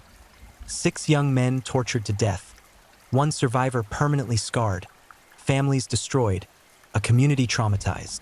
His name endures in the catalog of American serial killers, his crimes studied in abnormal psychology courses and criminal justice programs. But more importantly, his victims are remembered. Jerry Howell, Robert Sheldon, Mark Wallace, Walter James Ferris, Todd Stoops, and the unidentified 6th victim whose remains were never conclusively matched to a missing person. They were human beings with hopes, dreams, people who loved them. They deserved better than to become footnotes in a monster story. Christopher Bryson ensured they weren't forgotten. His advocacy, his survival, his refusal to let Robert's evil define the narrative. These became the true legacy. Evil happened at 4315 Charlotte Street, but so did courage. Horror reigned for 4 years, but survival triumphed. The butcher is dead. His victims finally can rest. And Christopher Bryson lives, bearing witness to both the depths of human cruelty and the strength of human resilience. That is how the story ends, not with the monster, but with the survivor who refused to let darkness have the final word. If you're enjoying these stories, don't forget to leave a comment. I'd love to know where you're tuning in from and what time it is in your part of the world. And if you haven't already, make sure to like this video and subscribe, so you never miss the next true crime story to help you unwind. Now, let's get into our final story. Story 4, the .44 caliber Phantom. David Berkowitz, aka the Son of Sam. On a sweltering summer night in 1976, a young woman sat in a parked car beneath the streetlights of the Bronx, sharing quiet laughter with her companion. Unaware that a figure approached through the darkness carrying a .44 caliber revolver, and that in mere seconds, her world would explode into chaos, blood, and screaming that would echo across an entire city for 13 months of absolute terror. What happens when an entire metropolis, 8 million souls packed into concrete towers and shadowed burrows, becomes a hunting ground for a man who believes demons command him to kill? When young women cannot sit in cars, walk through parks, or enjoy summer evenings without fearing that a stranger with dead eyes might emerge from the shadows wielding a Charter Arms Bulldog revolver. When the largest city in America transforms into a landscape of dread where each sunset brings fresh horror, and police discover themselves chasing a phantom who strikes without pattern, without mercy, and apparently without any shred of human conscience. This is the account of how David Berkowitz, a pudgy postal worker with a disarming smile, paralyzed New York City with a campaign of random carnage that left 6 young people dead, 7 others maimed and traumatized, and millions locked behind bolted doors, terrified that they might become the next targets in a killing spree orchestrated, he claimed, by a demon living inside his neighbor's black Labrador retriever. The transformation of New York City from urban jungle to actual killing field began not with fanfare but with violence delivered in sudden, devastating bursts of gunfire on July 29, 1976. Donna Lauria, 18 years old with her entire existence stretching before her, sat in a parked Oldsmobile outside her Bronx apartment building alongside her friend Jody Valenti. The two young women had spent the evening at a disco in New Rochelle, dancing and celebrating the simple freedom of youth in the summer heat. Now, approaching 1 in the morning, they talked quietly, reluctant to end the night and retreat indoors. Neither woman noticed the figure approaching through the darkness. Neither registered the threat until he stood directly beside the passenger window where Donna sat. His hand emerging from a paper bag gripping a Charter Arms .44 Bulldog revolver, a weapon chosen specifically for its devastating stopping power. The gun barked twice in rapid succession, the massive rounds tearing through the car door and into Donna's body. The first bullet struck her in the chest, shredding vital organs. The second entered her neck. Blood sprayed across the interior as Jody screamed, her own body struck by shrapnel and fragments. Donna Lauria died in her father's arms on the sidewalk outside their home, her blood pooling on the concrete, while her mother's screams joined Jody's in a chorus of anguish that awakened the entire block. Jody survived, her thigh torn open by the attack, her mind scarred forever by watching her friend's execution at point-blank range. Police investigating the murder found the brutality shocking. The shooter had used a particularly powerful handgun, suggesting either law enforcement background or someone who had researched how to kill with maximum efficiency. The bullets recovered from the scene bore distinctive markings, rifling patterns that would later connect this murder to an expanding web of carnage. Detectives initially theorized the attack might be mob-related, perhaps a case of mistaken identity. The alternative, that someone had simply approached two young women and opened fire for no reason whatsoever, seemed too terrifying to contemplate. But as summer faded into autumn, and autumn into winter, the investigation stalled. No witnesses provided useful descriptions. No suspects emerged. The case grew cold while Jody Valenti attempted to rebuild a shattered life, and the Lauria family buried their daughter, destroyed by grief and the randomness of her murder. Then, on October 23, 1976, the phantom struck again. Carl Denaro and Rosemary Keenan sat in a parked vehicle outside a bar in Flushing, Queens, another young couple enjoying each other's company in the small hours of the morning. Without warning, without any provocation or confrontation, bullets shattered the car windows. One round struck Carl in the head, fragments of his skull exploding outward as the massive slug tore through bone and brain tissue before exiting. Somehow, impossibly, he survived, though the injury left him partially disabled, his life permanently altered by a few seconds of incomprehensible violence. Police noted the similarities to the Lauria murder. Young people in parked cars, attacked without warning, shot with a powerful handgun. But different boroughs meant different detectives, different jurisdictions, different databases. The connections remained unmade while the body count climbed. November brought fresh horror. Joanne Lomino, 18, and Donna DeMazy, 16, sat on Joanne's front porch in Queens after attending a movie, two friends reluctant to end their evening together. A man approached, asking for directions in a tone that seemed friendly, almost apologetic for the intrusion. The teenagers, raised to be polite, answered his questions. Then he pulled the gun. The shots came so rapidly the girls barely had time to process what was happening. Joanne took a bullet in her spine that left her paralyzed from the waist down. 18 years old and condemned to a wheelchair for the remainder of her life because a stranger decided to destroy her body for reasons she would never understand. Donna survived relatively unscathed physically, though the psychological wounds ran deeper than any bullet could penetrate. The attacks continued as 1977 arrived, each incident following a similar pattern while introducing subtle variations that kept police scrambling.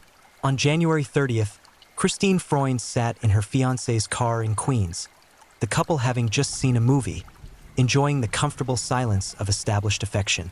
The bullets shattered the windows without preamble, without any warning whatsoever. Christine took rounds to her torso and neck, the heavy slugs pulverizing vital organs and major blood vessels. She died hours later during emergency surgery, her fiancé physically unharmed but psychologically demolished by witnessing her execution. Police now recognized they faced something unprecedented. A serial killer targeting young people in parked cars across multiple boroughs, someone who struck without pattern or warning, who killed for reasons that defied conventional criminal psychology. The weapon remained consistent, a .44 caliber handgun firing distinctive ammunition. The method varied only slightly. Approach parked vehicles, fire multiple times, flee into the darkness. The motive remained absolutely opaque.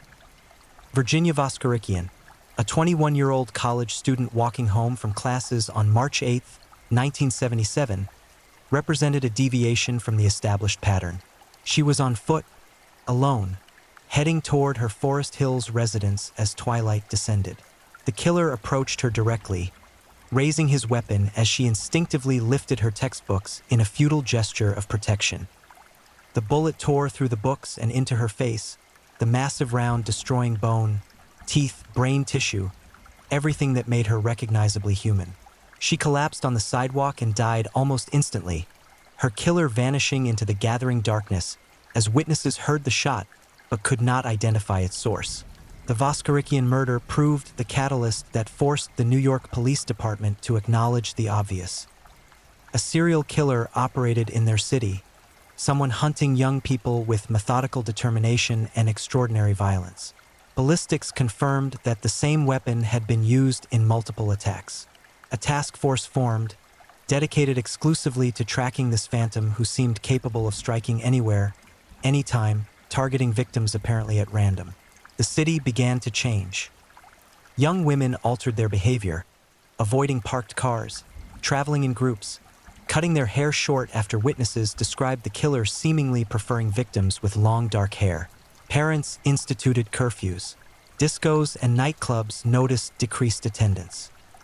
An atmosphere of dread settled over New York's boroughs like toxic fog, the psychological weight of knowing a murderer walked among them, indistinguishable from anyone else, carrying a gun and waiting for his next opportunity to kill. Detectives worked 18-hour shifts, following leads that dissolved into nothing, interviewing witnesses who provided contradictory descriptions, analyzing evidence that refused to yield the killer's identity. The frustration mounted as weeks passed without arrests, while everyone knew, absolutely knew with sick certainty, that the phantom would strike again, because serial killers always strike again until someone stops them. April 17, 1977, brought the attack that would finally provide the killer a voice, a persona, a mythology that would amplify the terror exponentially. Valentina Suriani and Alexander Esau sat in a parked car in the Bronx, another young couple stealing moments of privacy in the early morning hours. The killer approached their vehicle with practiced efficiency, raised his weapon, and fired repeatedly into the car's interior. Both victims suffered catastrophic injuries, bullets tearing through vital organs, shattering bone, causing massive hemorrhaging. Valentina died at the scene, her blood soaking the car seats. Alexander died in the ambulance racing toward the hospital, paramedics unable to stem the bleeding from his devastated torso. But this attack differed from the previous murders in one crucial aspect. The killer left a letter, placed deliberately near the crime scene. The handwritten note addressed Captain Joseph Borelli and introduced the world to a persona that would haunt New York's collective nightmares. Written in erratic script that suggested psychological disturbance, the letter rambled through bizarre declarations and threatening promises. He called himself the Son of Sam, claimed to be commanded by demons, and promised that the killing had barely begun. The tone veered between mockery and menace, taunting police for their inability to capture him while threatening to escalate the carnage. The letter's publication created immediate pandemonium. Suddenly, the faceless phantom possessed identity, voice, motivation, albeit motivation rooted in apparent delusion and possible insanity. The Son of Sam moniker spread across headlines, transforming random murder into something that felt almost mythological in its horror. Citizens debated whether the demonic possession claims represented genuine psychosis or calculated misdirection, whether they faced a madman or a clever psychopath wearing madness as camouflage. The psychological impact proved devastating. If the killer genuinely believed demons commanded him to murder, then no one was safe because psychotic delusions follow no logical pattern. The randomness became even more terrifying when framed as demonic directive rather than human choice, because demons, if they existed, might demand anyone's death at any moment. Police increased patrols in areas matching previous attack locations, hoping to intercept the killer during his next hunt. Citizens formed neighborhood watch groups, suspicious of strangers, of neighbors, of anyone whose behavior seemed even marginally unusual. Tips flooded police lines, hundreds daily, each requiring investigation, each consuming resources and time while the real killer remained at large. June 26th brought another double shooting that would leave one victim dead and another permanently scarred. Judy Placido and Sal Lupo sat in a car outside a disco in Queens, having just spent the evening dancing, unaware that they had been followed from the club. The killer approached, raised his weapon, and fired 4 times through the passenger window. Judy took bullets to her shoulder, neck, and back, the rounds tearing through muscle and tissue, narrowly missing her spine and major arteries. Sal sustained a forearm wound as he instinctively raised his arm against the attack. Both survived, though Judy's recovery required extensive surgery and months of rehabilitation. Witnesses at the scene provided descriptions that varied wildly. Some described a young white male, others mentioned a different age range, hair color, build. The inconsistencies frustrated detectives who understood that eyewitness testimony under traumatic conditions proves notoriously unreliable, but remained their best hope for identifying the phantom. The son of Sam sent additional letters to newspapers, each communication amplifying his mythology while providing no concrete clues to his actual identity. He taunted journalist Jimmy Breslin directly, writing bizarre poetry and threatening promises of continued violence. The letters revealed someone intelligent enough to manipulate media and public fear, someone who understood the power of mystery and mythology in amplifying terror beyond the simple body count. July 31st, 1977, delivered the attack that would prove both the most devastating and ultimately the most consequential. Stacy Moskowitz and Robert Violante sat in a parked car near a playground in Brooklyn, the couple on their first date, exploring the possibility of romance in the warm summer darkness. The son of Sam approached their vehicle and fired multiple times through the passenger window. Stacy took a bullet to her head, the massive round destroying brain tissue and causing catastrophic trauma. Robert sustained shots to his face and head, bullets obliterating his right eye and causing severe damage to his left, leaving him permanently blinded. Stacy Moskowitz lingered in a coma for 38 hours before succumbing to her injuries, becoming the 6th person murdered by the son of Sam, her death transforming a first date into a funeral. Robert Violante survived but lost his vision forever, condemned to darkness because he chose the wrong parking spot on the wrong summer night. But this attack carried consequences the killer had not anticipated. A woman walking her dog near the scene noticed a man removing a parking ticket from a vehicle shortly before hearing gunshots. She mentioned this detail to police, who cross-referenced parking violations issued in the area that night. One ticket had been issued to a cream-colored Ford Galaxy registered to David Berkowitz, residing in Yonkers. Detectives investigating Berkowitz discovered he had been questioned previously regarding suspicious behavior, including sending threatening letters to neighbors and former landlords. His name appeared in multiple complaint files, though never connected to anything violent. Pattern emerged. A man who seemed perpetually aggrieved, who harbored resentments against the world, who wrote bizarre, threatening letters to anyone who annoyed him. Surveillance began immediately. Detectives watched Berkowitz's apartment, tracked his movements, built a case before attempting arrest. They photographed him leaving his building, followed him to work, documented his routine. And on August 10, 1977, when officers approached his parked car and looked through the window, they saw exactly what they hoped to find. A .44 caliber Bulldog revolver lying on the seat, along with a rifle and a written threat to commit future murders. David Berkowitz offered no resistance when police surrounded his vehicle. He smiled, a strange, disconnected expression that suggested relief rather than fear, and stated simply, "You've got me. How come it took you such a long time?" The man police extracted from the cream-colored Ford Galaxy bore little resemblance to the fearsome phantom who had paralyzed New York City for 13 months. David Berkowitz appeared ordinary almost to the point of invisibility, pudgy, balding, his appearance suggesting middle-aged mediocrity rather than homicidal mania.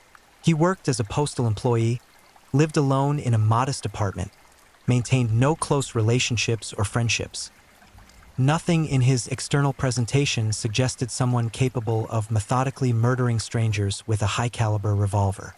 But during interrogation, detectives discovered that beneath the mundane exterior existed a psychological landscape shaped by profound damage, resentment, and delusion.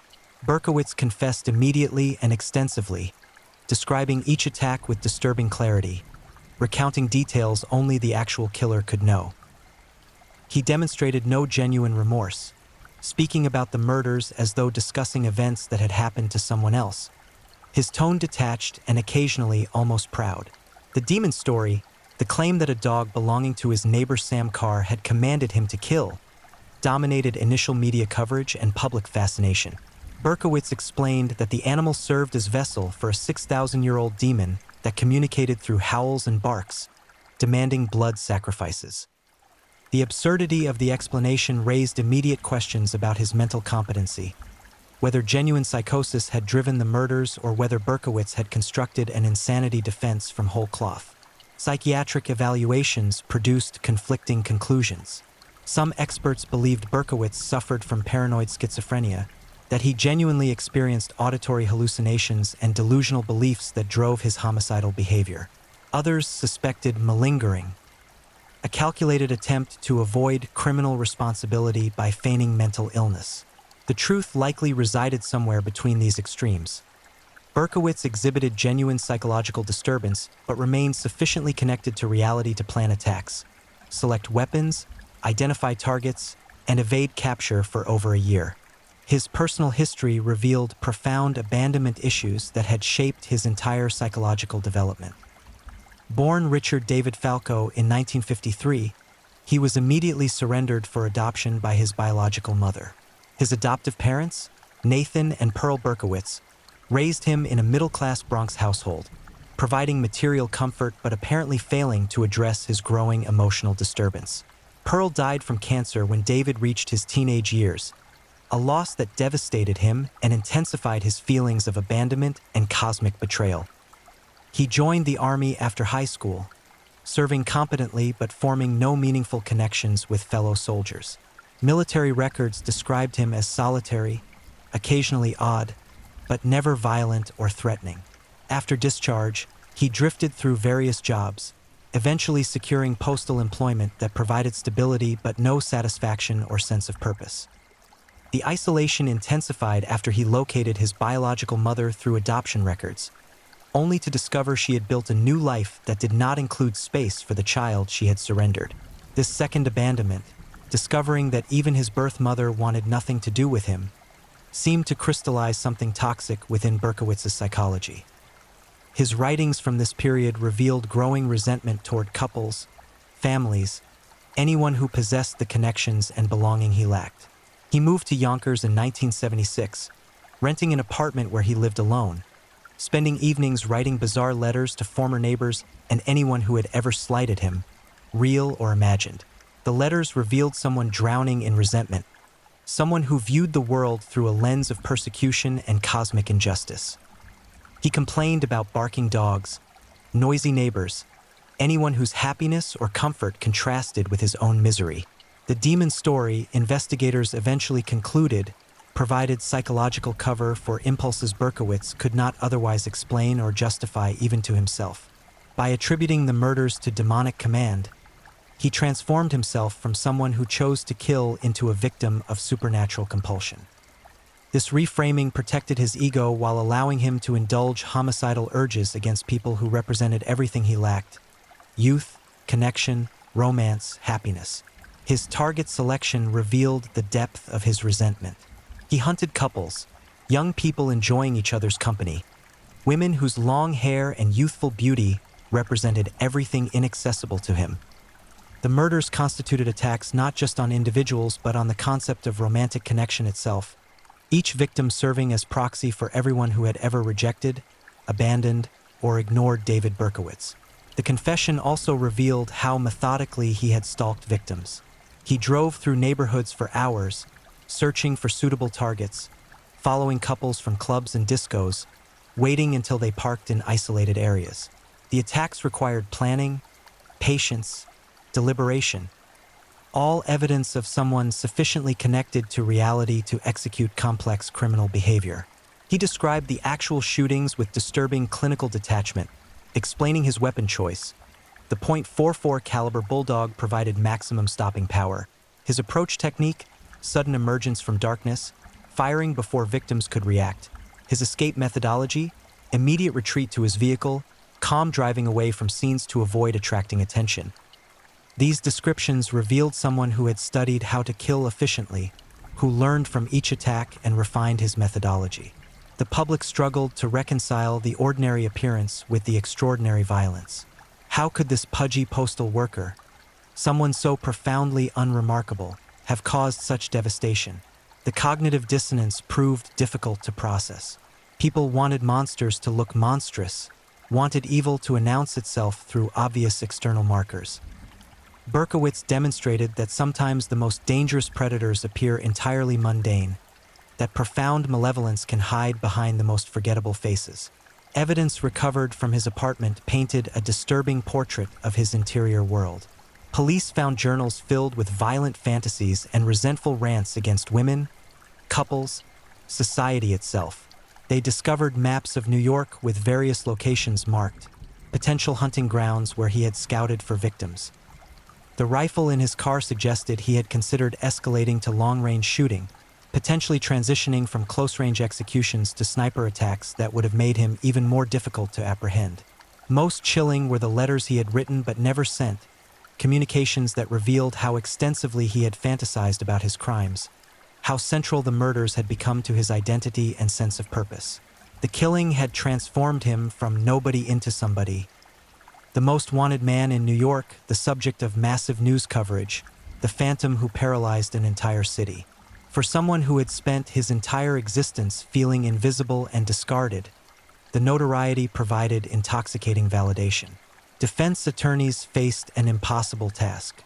Berkowitz had confessed comprehensively, physical evidence linked him conclusively to the crimes, and his own writings documented premeditation and deliberation.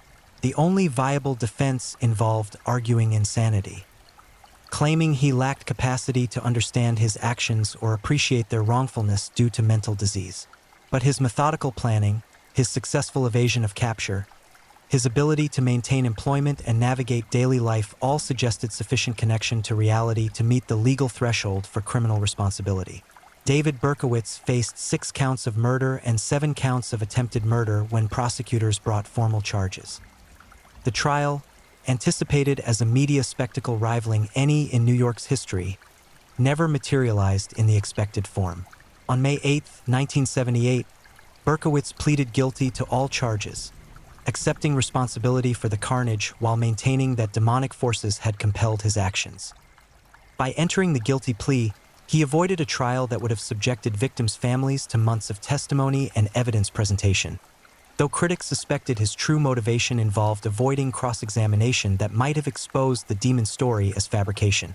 The sentencing hearing provided victims and their families their only opportunity to directly confront the man who had destroyed their lives. Survivors testified about ongoing physical pain, about psychological trauma that invaded every waking moment and haunted their dreams. Parents of murdered children described the incomprehensible agony of burying their offspring, of visiting graves instead of watching graduations and weddings.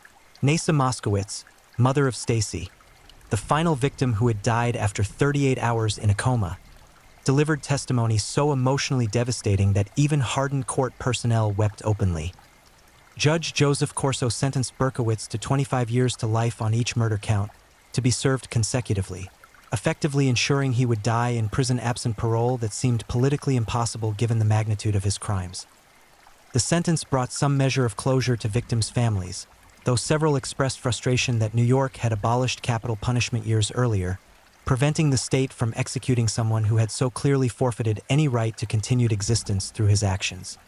The aftermath of Berkowitz's arrest and conviction sent ripples through American culture that extended far beyond the immediate victims and their families. The Son of Sam case highlighted vulnerabilities in interjurisdictional police communication, leading to reforms in how different law enforcement agencies shared information about serial crimes. The attacks prompted changes in how police departments profiled and tracked serial offenders, with the FBI's behavioral science unit citing the case as impetus for developing more sophisticated analytical tools. New York State passed the Son of Sam law in direct response to Berkowitz's crimes, legislation designed to prevent criminals from profiting through media deals by requiring any money earned from books, movies, or interviews be placed in escrow for victims' compensation.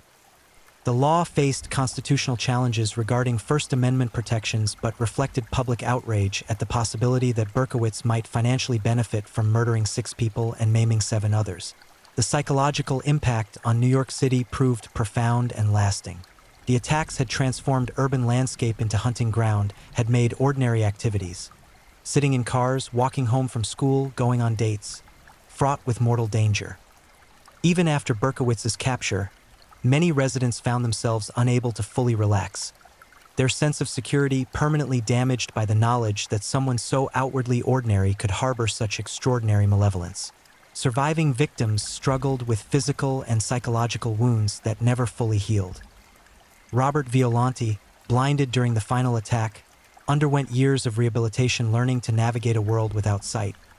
His entire life trajectory permanently altered because David Berkowitz decided to murder on that particular evening in that particular location. Joan Lomino, paralyzed at 18, spent decades confined to a wheelchair, her physical limitations constant reminder of a few seconds of violence that destroyed her body's integrity. The families of murdered victims faced different but equally devastating challenges. Mike Loria, who had held his dying daughter Donna in his arms outside their Bronx apartment, never recovered from the trauma, dying himself within years. Some friends claimed from a broken heart, though physicians listed medical causes on the death certificate. The Moskowitz family endured similar anguish, Stacy's death transforming their household into a shrine of grief and unanswerable questions. Berkowitz himself adapted to prison with relative ease, his institutional life providing structure and routine absent from his chaotic civilian existence. He found religion behind bars, claiming conversion to evangelical Christianity and asserting that genuine spiritual transformation had occurred. Skeptics viewed this conversion as yet another manipulation, another performance designed to rehabilitate his image and potentially improve parole prospects decades hence. Whether genuine or calculated, the religious transformation provided Berkowitz with narrative framework for understanding his crimes as manifestations of evil he had now overcome through divine intervention. Years after his conviction, Berkowitz recanted portions of his confession, suggesting that the demon story had been fabrication but claiming that he had not acted alone, that other individuals participated in some murders while he took sole responsibility to protect them. These later statements generated renewed investigation but produced no evidence supporting the conspiracy theory. Most investigators concluded that Berkowitz, facing the reality of dying in prison, sought continued relevance by introducing mystery and controversy into a case that had been conclusively resolved.